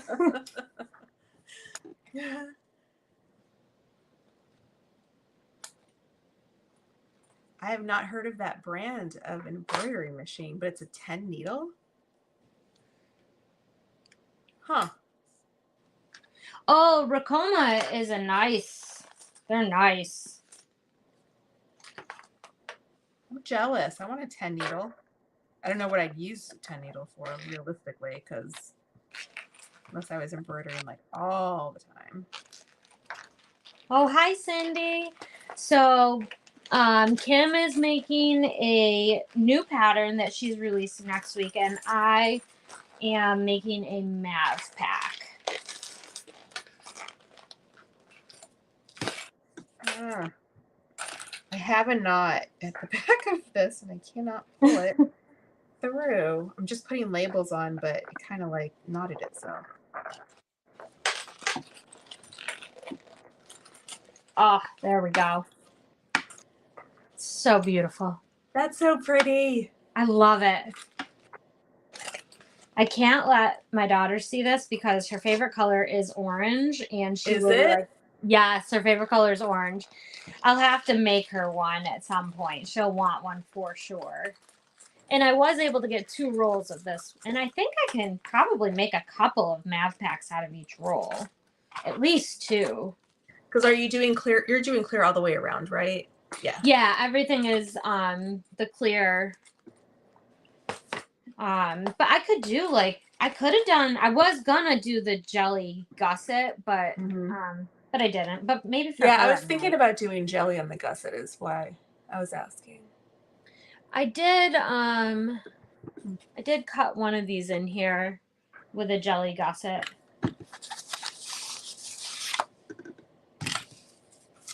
So I just put labels on the back of this. I love that print. I love this one. And then there's this one too. So I am making Cindy it's a zipper pouch that looks like a Pac-Man. And that has a hidden zipper on the inside. So this is coming out on Wednesday. That's also why I'm not showing you all the steps of what I'm making either. Gotta be a surprise. It's not out yet. It's not out yet. And Beth's going to do a tutorial on it. And I'm hoping I didn't mess it up just now.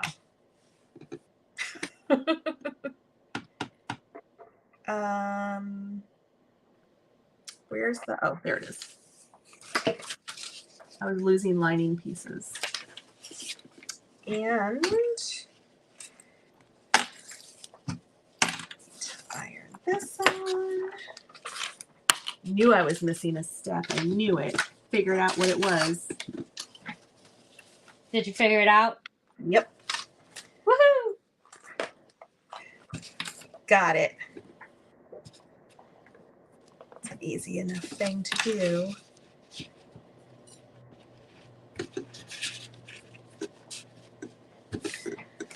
Gotta get my iron going though.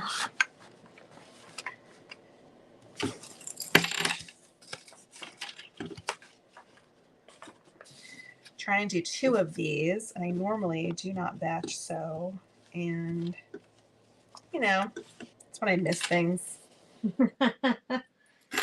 It's okay. I don't like batch sewing. I get really bored with batch sewing.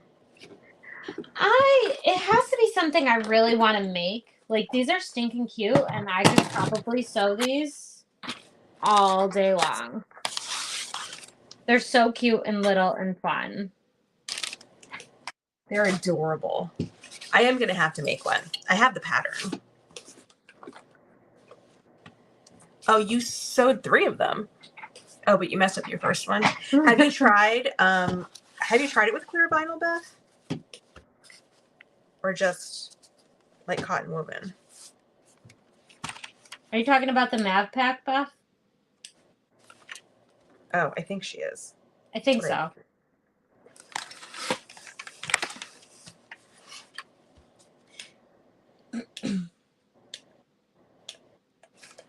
You know why you messed up, Beth?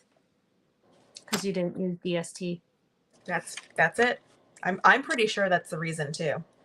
Just saying. They are addictive, though. You are correct. Oh, 3 of her. No, she's talking about 3 of your pack pouches. Oh, how did you mess up the first one? Oh, wait. I think you told me, because I think you gave me edits, right? I'm going to be making edits tomorrow.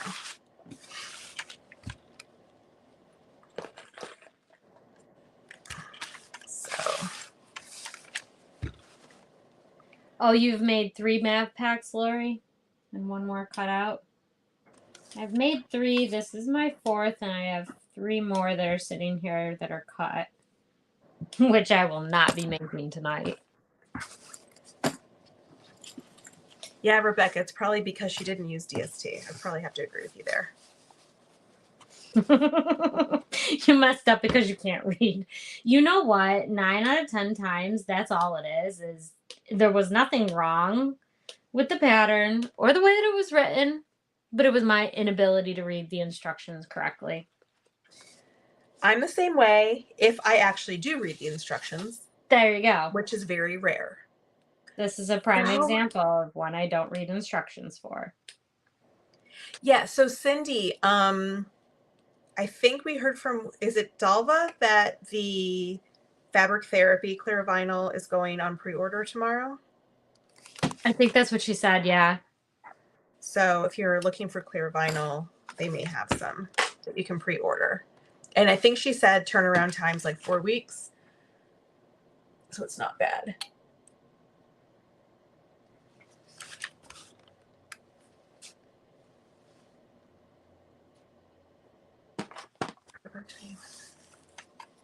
Fun live sewing, both y'all are new to me. Welcome. Oh, hey, well, welcome. We're just chatting. We didn't really have like plan. No. I mean, plan Ashley had more of a plan than I did. I was still, even like earlier today, I'm like, I still don't know what I'm gonna make. And there was me frantically cutting things and trying to make sure that I had all my DST on them. I was still interfacing at the beginning of this, so you know. That's okay. It is what it is. It's fine. Everything's fine. I'm just still looking for all my pieces over here. All right, so I had pink and orange. There is You have to see how bright this orange is. It is like bright, like neon orange. Water resistant Oxford. Whew. I wasn't sure what I was going to use that for, but I found the perfect thing for it, which is this pattern. There you go. It's very 80s.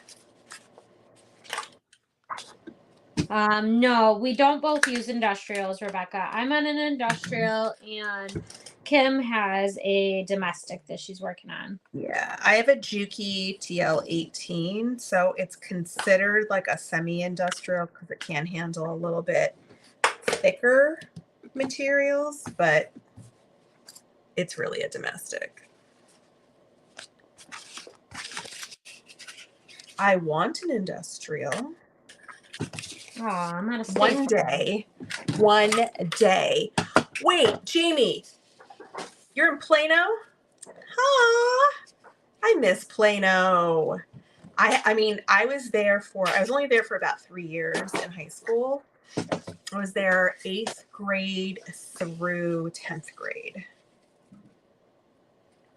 I still have friends in that area. I think the last time I visited has to be like 5 years ago, maybe something like that. It's been a while, and it's changed a lot since I was there. Safety cone orange. Yep, pretty much. Yeah, you have the same machine I have, Rebecca. Yeah. It's great. It's a great little machine. So before I bought this, so I only got into bag making year and a half, 2 years ago, something like that. Really?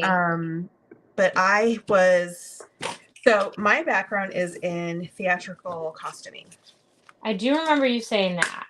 So like, that's what I know. That's what I understand. I had no idea what in the world it took to make a bag. I mean, I made like little things for like shows and stuff, but nothing like super intricate. Right. And I'm somebody who hated zippers, like even in like apparel, hate zippers. I didn't need to use zippers a whole lot with costuming. It was a lot of snaps, and because we did a lot of quick changes. Yeah. You know, snaps, Velcro, that kind of stuff. Yeah. So when I had to actually deal with the zippers and stuff, it freaked me out. Vinyl, I was like, what is this? How in the world do you sew vinyl? I was petrified. Yeah. So like, I learned from everyone's videos how to make bags. Like, I think a lot of people do.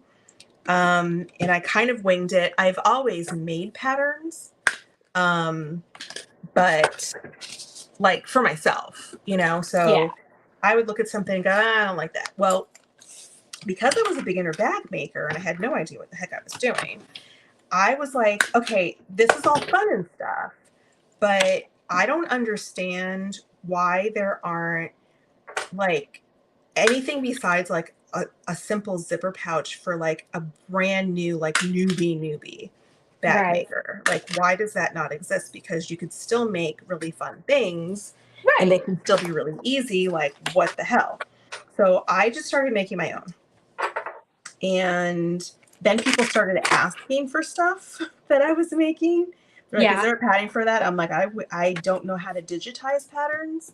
All of mine are like pencil sketches and stuff, and you know, that I cut out for myself. I have no idea how to do that. I don't want to have to learn Illustrator. Like, I just don't want to go there. Yeah. You know, and so then I decided to learn how, and here you are. Yeah. So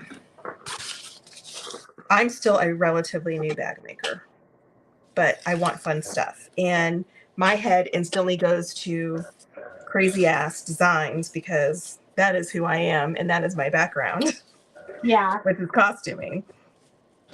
So like plain things like other people can design, I have zero interest in doing those. Like functional, like plain bags.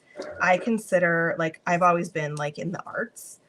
I draw, I paint, I sew, you know, all of those things. So I always consider this like, this is my art. Like, I use sewing to create art pieces. Yeah. The fact that they're functional somewhat is a plus, but to me, it doesn't matter if they are. My daughter loves her mini heartbreaker, just so you know. Aww.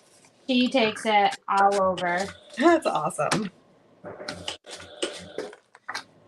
That's even one of those patterns where I was like, I want it to be like kind of asymmetrical and kind of different, like a candy box.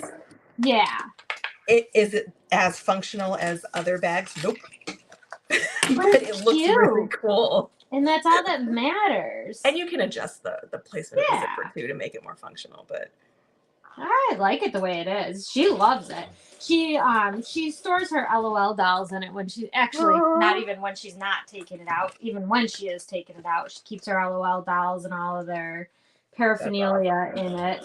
And then she takes it out to like the diner. We'll take her for pancakes or something one night for dinner, and she'll show the waitress, my mom made this for me. Aww. That's very sweet that she says that though, and she's all proud of you. She is. It's so cute. She's been carrying I made her I think it's the Dolly bag. It's a really small one by Swoon, and I think it's a Dolly. She's been carrying that bag for like 3 years now. Oh wow. But, yeah, she loves it. It was one of the first bags that one of the first bags out of vinyl and waterproof canvas and everything that I made for her was the Dolly, and she loved it. So that's awesome. Yeah. Aww. The first bag I made was the Summer Sling bag by Swoon, and she wanted this ice cream cone quilt block on it, so it has, I think it has an ice cream cone on one side and I don't remember what on the other, but fun. It was a fun bag to make, and looking back I don't know how I made it because I literally had never picked up a sewing machine before. Oh wow. And, yeah, so that was how I started sewing. She wanted something with an ice cream cone on it, and that's so cute. There it was. So okay. I was playing around with foundation paper piecing. Yeah. And it is just the coolest. I'm thinking I might actually do a few, or at least one bag that can use that method. Yeah. To show people, because it's just so fun. You can make blocks like that really easily. I was so shocked how easy it is. I've never done it. I made two of my younger boys, I made them each some weighted blankets. Yeah. And I did it like as a quilt as you go style. Yeah. But I didn't know I was doing it as quilt as you go style. So it was a hot mess express for a minute there, but it turned out cute in the end and they loved it. So that was all that mattered. That's awesome. Yeah.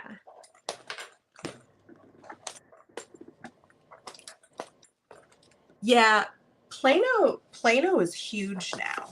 Man, it used to be so tiny. But it's a huge, like overpopulated area now. I can understand why you would say that. I feel like it's just getting too crowded. Oh, what's my channel called? I am K.Azcona Designs. We can link them each other. Hold on. I might be able to do I'm looking to see, like, can I comment from here? I can see comment. Yeah, we can. Hang on, I got you. Post comment.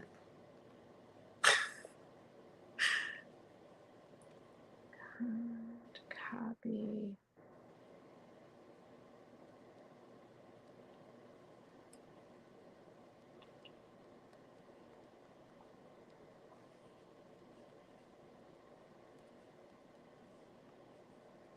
There's Kim's channel.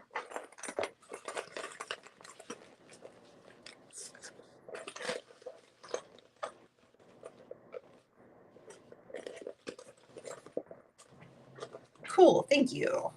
Yeah. All right.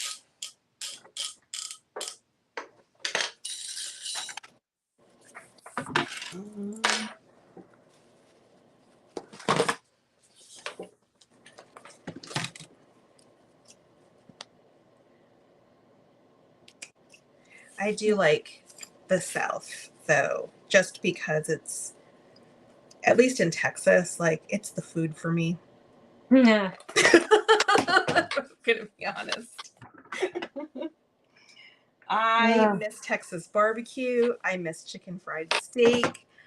I miss like actual Mexican food. What was that? Chicken fried steak? Yes. So basically, they pound steak flat. Yeah. And they fry it as if it was like fried chicken. Right. And it has like a thick coating of like that fried, mixture. Yeah. Like batter. And it's batter fried, and they make a sandwich out of it.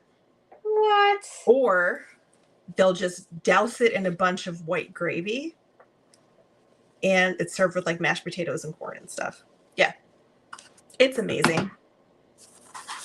Yeah, no, chicken fried steak is not everywhere. Like, people up north do not know what that is. Yeah, no, I have no idea. I've never heard that before. It's just the most incredible thing ever. I'm from South Texas and moved to LA. Yeah. It's pretty good. I really miss Texas barbecue. There's nothing like it. Like, I've had like other types of barbecue too, and like the vinegar-based barbecues. Yeah, most of the stuff that we have up here is vinegar-based, I think. No, not the same. It's fine if that's all I have available to me. But it's not preferred for you. But if I had a choice, yeah, it would be Texas barbecue. So what is theirs? If it's not vinegar-based, then what is it? It's more Tex-Mex is the best.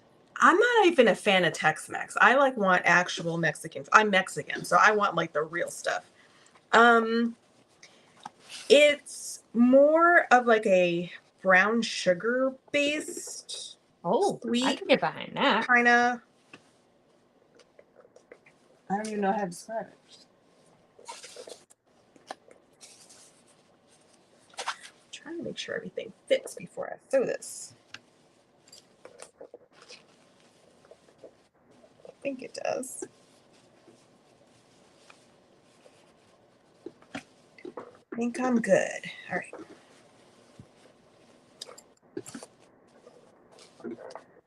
Yeah, but you're in LA now. Now you have like real Mexican food there too. So jealous of everyone that has the Mexican food. Chili's doesn't count as Mexican food? Ew, no. What? No. I'm kidding. I mean, it's fine, but no. Is it though? I don't know. I mean, I'm not a Chili's person, so I don't know. Chili's has some decent food. Do they? Yeah.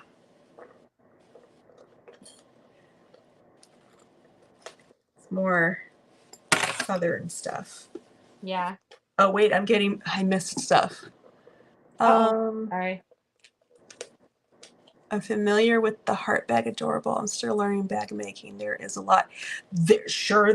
I'm still learning bag making. Are you kidding? That makes And yes, you are correct. There is quite a lot to learn. I am not comfortable with a lot of things still. And yes, I mean, I feel like cursing is required when you're bag making. Definitely. Because is it really bag making if you're not cursing and using a seam ripper a lot? Yeah. I feel like that's kind of a requirement. If you didn't curse before, you curse now. Yep. And you learn new curse words. Oh, yeah. You sure do. All right. Here's hoping that doesn't give me a rat's nest again this time. There we go. All right. You hear my bobbin, that means it's low. Noisy bobbins are never good. No, they are not.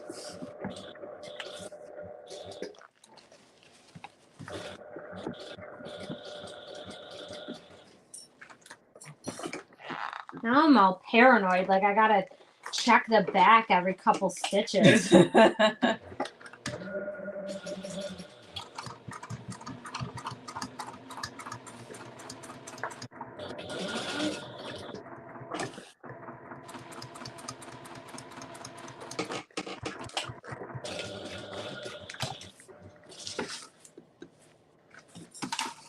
This one's gonna be cute. So this is what this one's eventually going to look like. That is so cute. It doesn't get old. So fun with the little pinky zipper.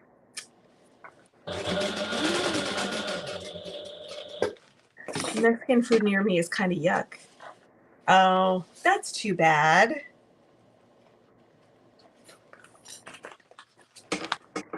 Yeah, the food here in Maryland, it's not good. They call things Mexican food, but it's not. It's more like Salvadoran, which is fine. It's just not Mexican food. Like it's not bad food, but don't call it Mexican. Well, I think it's what people understand. Like they don't know what the difference is. So yeah.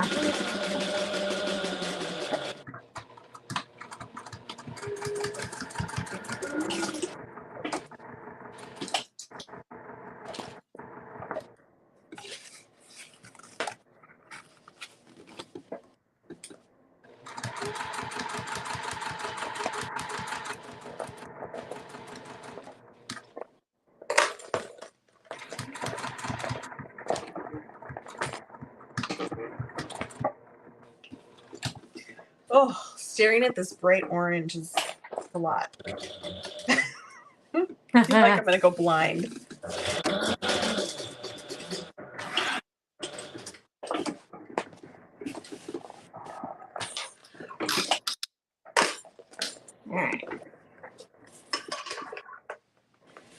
Where did I get the Pac-Man supplies? Okay, so fabric is from My Little Shindig. I believe it's mylittleshindig.com. The zipper pulls are from New Moxie.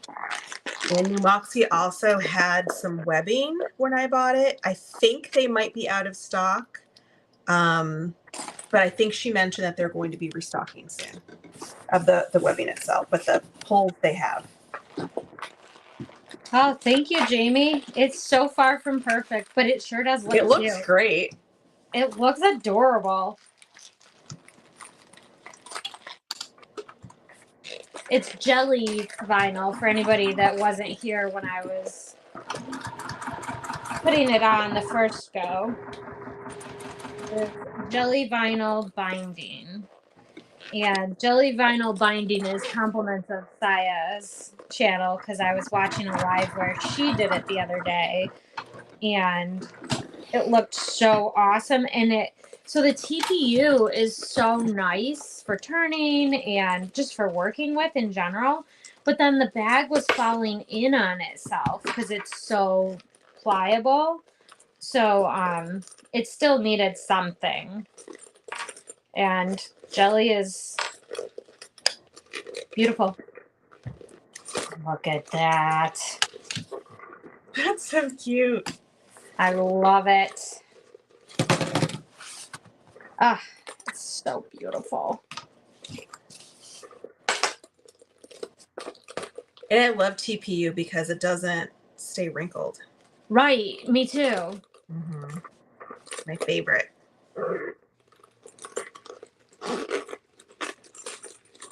It's adorable. I absolutely love it. And I love it with the ice blue accents on it. It goes perfect. Mm-hmm. That looks really pretty. I love it. I'm not even sure how to price these yet, to be honest. I mean, they don't take that long, but it probably kind of wouldn't a have pain taken in the me butt. 2 whole hours if my machine wasn't being a brat.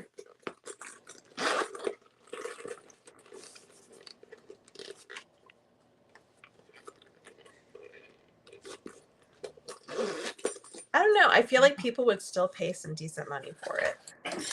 Yeah, I don't know what I'm not even sure yet what to price it at. I mean, I have been thinking about it, but I just don't know. All right, let's see. Oh, I forgot to cut the end for this too.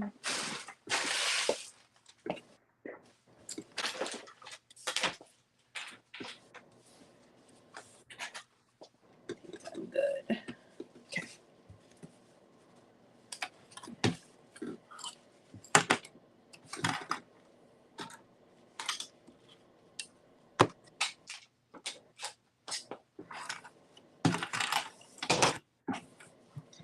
So many threads everywhere.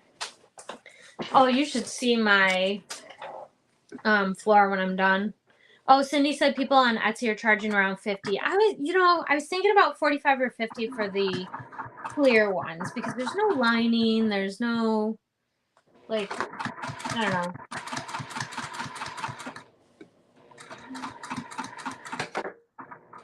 I don't know. I feel like clear vinyl's expensive, especially TPU. That's my only thing is clear vinyl. Know? Yeah, it's expensive. Like the TPU was like $28 for a roll. Yeah. Oh, my husband's not watching this. Just kidding if you are. Never mind.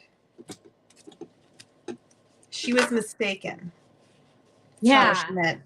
$28 for all 3 of them. Yeah, that's it. Lauren, which pattern are you talking about?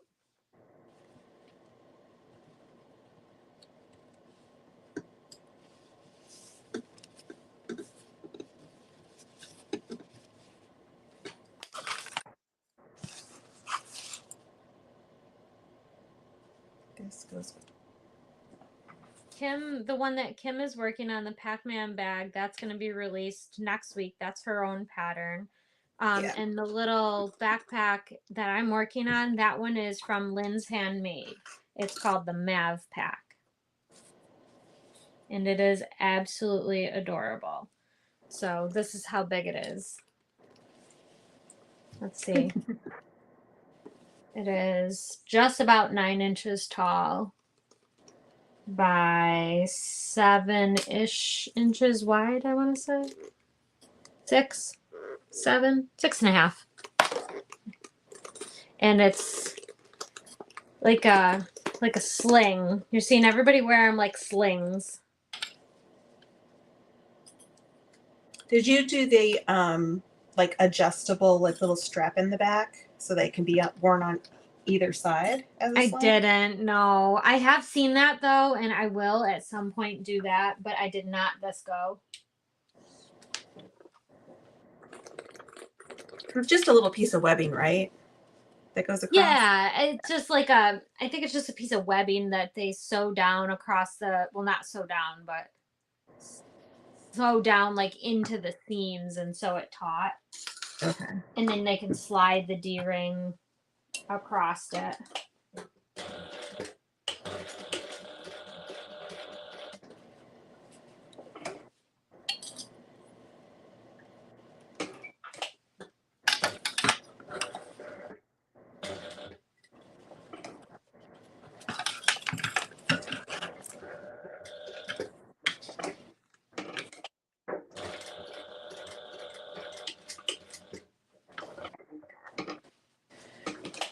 To line this up can be challenging. Okay, there we go.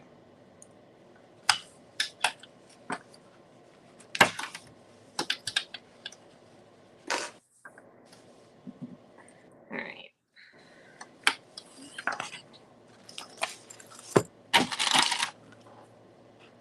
Okay, gonna go eat dinner. Okay, have a good night. Lauren, yeah, it would be great for your 7-year-old granddaughter. My daughter is 6.5, and I think she's gonna love one too. So cute. It is cute.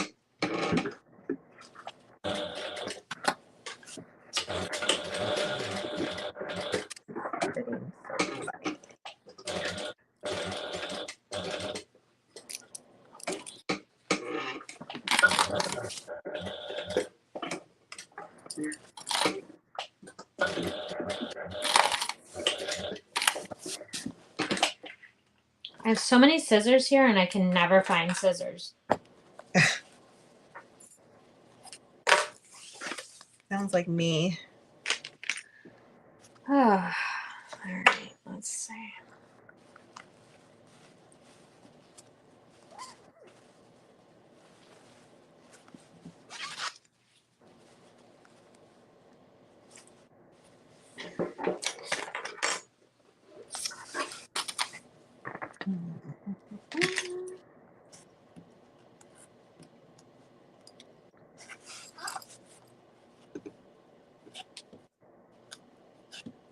I couldn't find a ruler the other day, and I have like a gazillion rulers. Yeah. And then they just kind of showed up. Like, that's what happens. I'm like, how did this even happen? I swear there's like gremlins in my sewing room. Yeah. It happens with my seam rippers. It happens with my scissors. It happens with everything. Like, what is going on? I have this creasing tool that I like to use on my waterproof canvas, and that grows legs and it disappears all the time. I have no idea how or where. I end up finding it in the most random places. What is this tracing tool that you speak of? Oh, it's a creasing tool. Oh, creasing. They said tracing. No, it's a creasing. It's like yeah. I have one, like a bone folder kind of thing. Yeah, or whatever. that thing. Yeah. Because I don't like to iron waterproof canvas. It doesn't usually go well for me. Same. I end up melting something inevitably.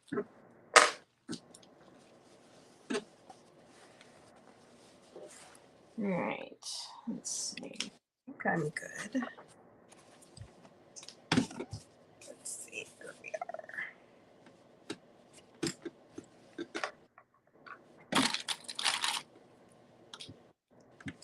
I sometimes just be a rebel and just iron the heck out of waterproof canvas because I'm like, is anyone really going to be able to tell if I melted it?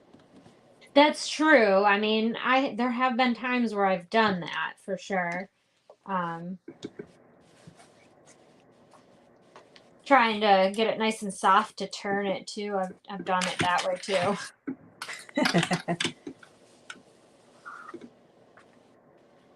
All right, throw this on.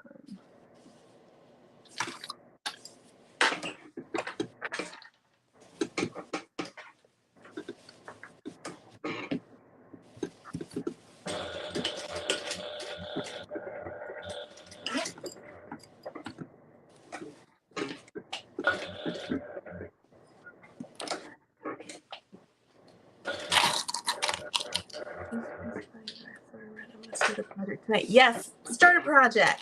I'm glad this is helping. Sometimes you just need to just start. It's so funny. Like,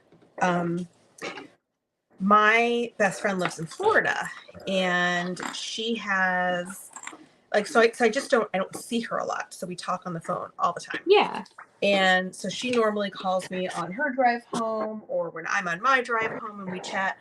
But now that I'm in a hybrid environment at work, I only go into the office a few days a week. Right. So, we're still catching up via phone and stuff.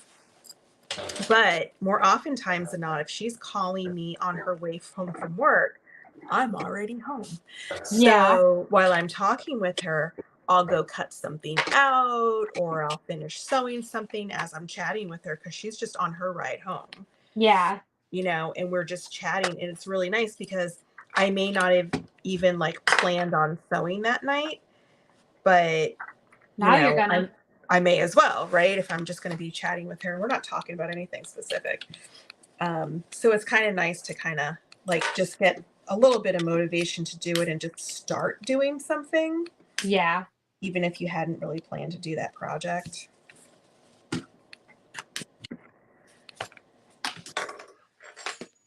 So that happens to us a lot. I don't even think I'm using, oops, wrong one. You have most of the Erica Bowler cut out, except the lining. Oh, I love the Erica Bowler. It's one of my favorites. I'm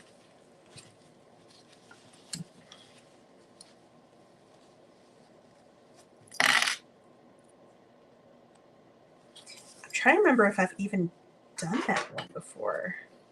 I love the shape of it. It's so pretty. I want to make one that's reduced in size. I think Lauren did one that's like 85% or something, and it's so stinking cute.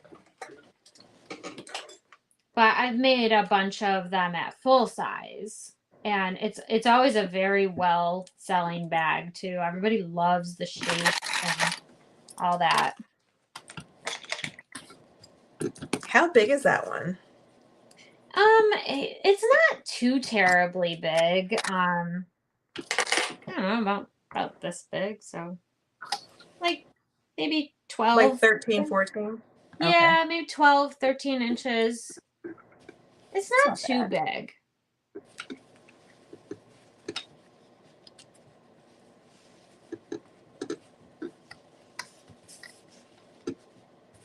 I like big bags though. It depends. Sometimes I do, sometimes I don't. It depends on the style of the bag for me because I'm really little. Yeah, me too. I'm only 5 foot tall, so. Oh, see, I'm 4'11". Well, okay. I mean, technically, yeah. Oh crap! I put it in upside down. Yeah, technically, I'm only 4'11" as well, but I say I'm 5 foot. That's what I tell the DMV. You tell them that you're 5'1"? No, 5 foot. Oh, 5 foot. Oh, no. I used to be a 4'11 3/4, and then my posture got bad, and now I'm 4'11".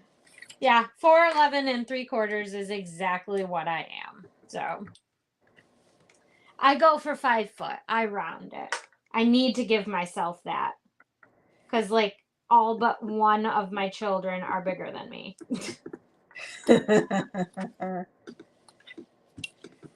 No. Yeah, Cindy, the shipping costs on bigger bags, that is very good. I sell a lot of the Lauren tote. I don't know if you've made that one, Kim. But oh man, I try so hard to only sell that one to local people because it's such a pain in the ass to ship it. Yeah. I feel like I don't think I made the Lauren tote. What was the tote bag I made? It was a blue Calla one. The everyday tote? Yes. That one, and then same concept, same size, I think. And then there's a smaller one too that I made of hers. I don't make too many blue Calla bags for no particular reason. Her bags are cute.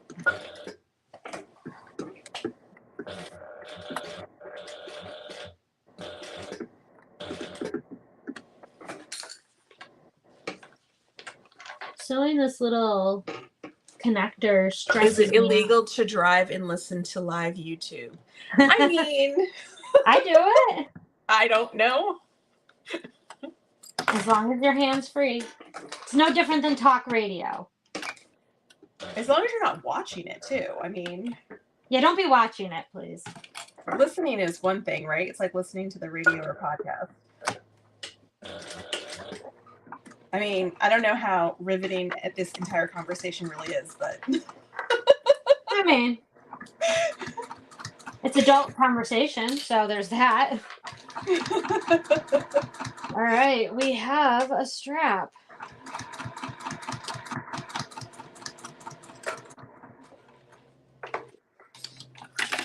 I love those little connectors too. I do too.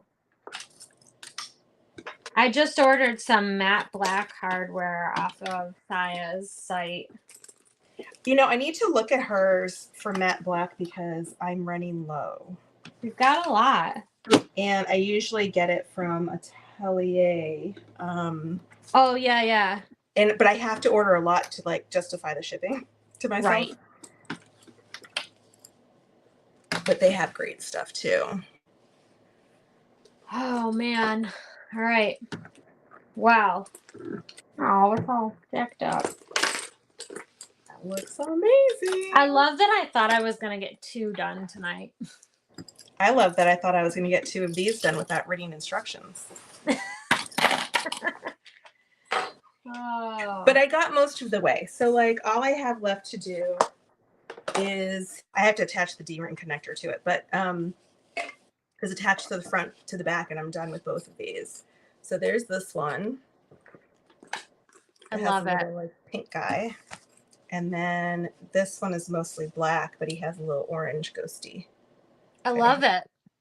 My daughter will love that. Yeah, so the backs will be on this one. I'm doing this back to it. And then on this one is getting this back to it. Yes, I like that one. So that'll be really fun. You know, I'm going to bring this up there and she's going to be like, oh my God, thank you, Mom, for making me an orange bag. You're like, not for you, kid. Not for you. I'll make you one tomorrow. Cool. Oh, you made 8 Trailblazer backpacks. Holy smokes, that's a lot of Trailblazer. No. Yeah. No, I don't love my family enough for that. No. I don't. That's a lot of Trailblazers. Oh, Country Cow has matte black too. Okay, good to know. Emmeline has matte black in some things, but not in everything. Yeah, I didn't know that Country Cow had it. I have to go look. Yeah. Ooh. I got some from New Moxie the other day too, like just a couple of zipper pulls, but they were out of some of the sizes that I wanted. So I love matte black. If I could just use matte black across the board, I probably would, but then there's like zipper pulls and other things that I want to use. So yeah, and hardly anybody has matte black hardware. I know. So it really stinks. Or I'll find like a size of like some D-rings, but I won't find like the swivel clasps. And yeah. Then I have to mix and match. And then some matte black isn't really matte black. It's shiny. Yeah, all matte black is not created equal. Or it's thick and some is thin. Yep. They're increasing their hardware prices on Tuesday. Oh. Ooh. For Country Cow, right? Okay. I'm going to have to do some shopping this weekend, it sounds like. Oh, it was in the newsletter. You know, I mostly ignore emails that come to me. I'm so stoked about I probably got it, but whatever. Okay, still. I love it. It looks great. I love it. I put little stitch zipper pulls on it. He's my favorite. Oh, that's really cute. Yes, I love it. So many people love these. Just a little subtle piece of stitch on there, and they love it. So I mean, any type of like interesting zipper pulls, people are all about it. So yeah, because it's not something you see on a store-bought bag ever. No. Really. No, I think like you'll find it on things like Loungefly, like their bags and stuff. But like otherwise, no, you don't. So cute. Yes. All right. Well, it's been real.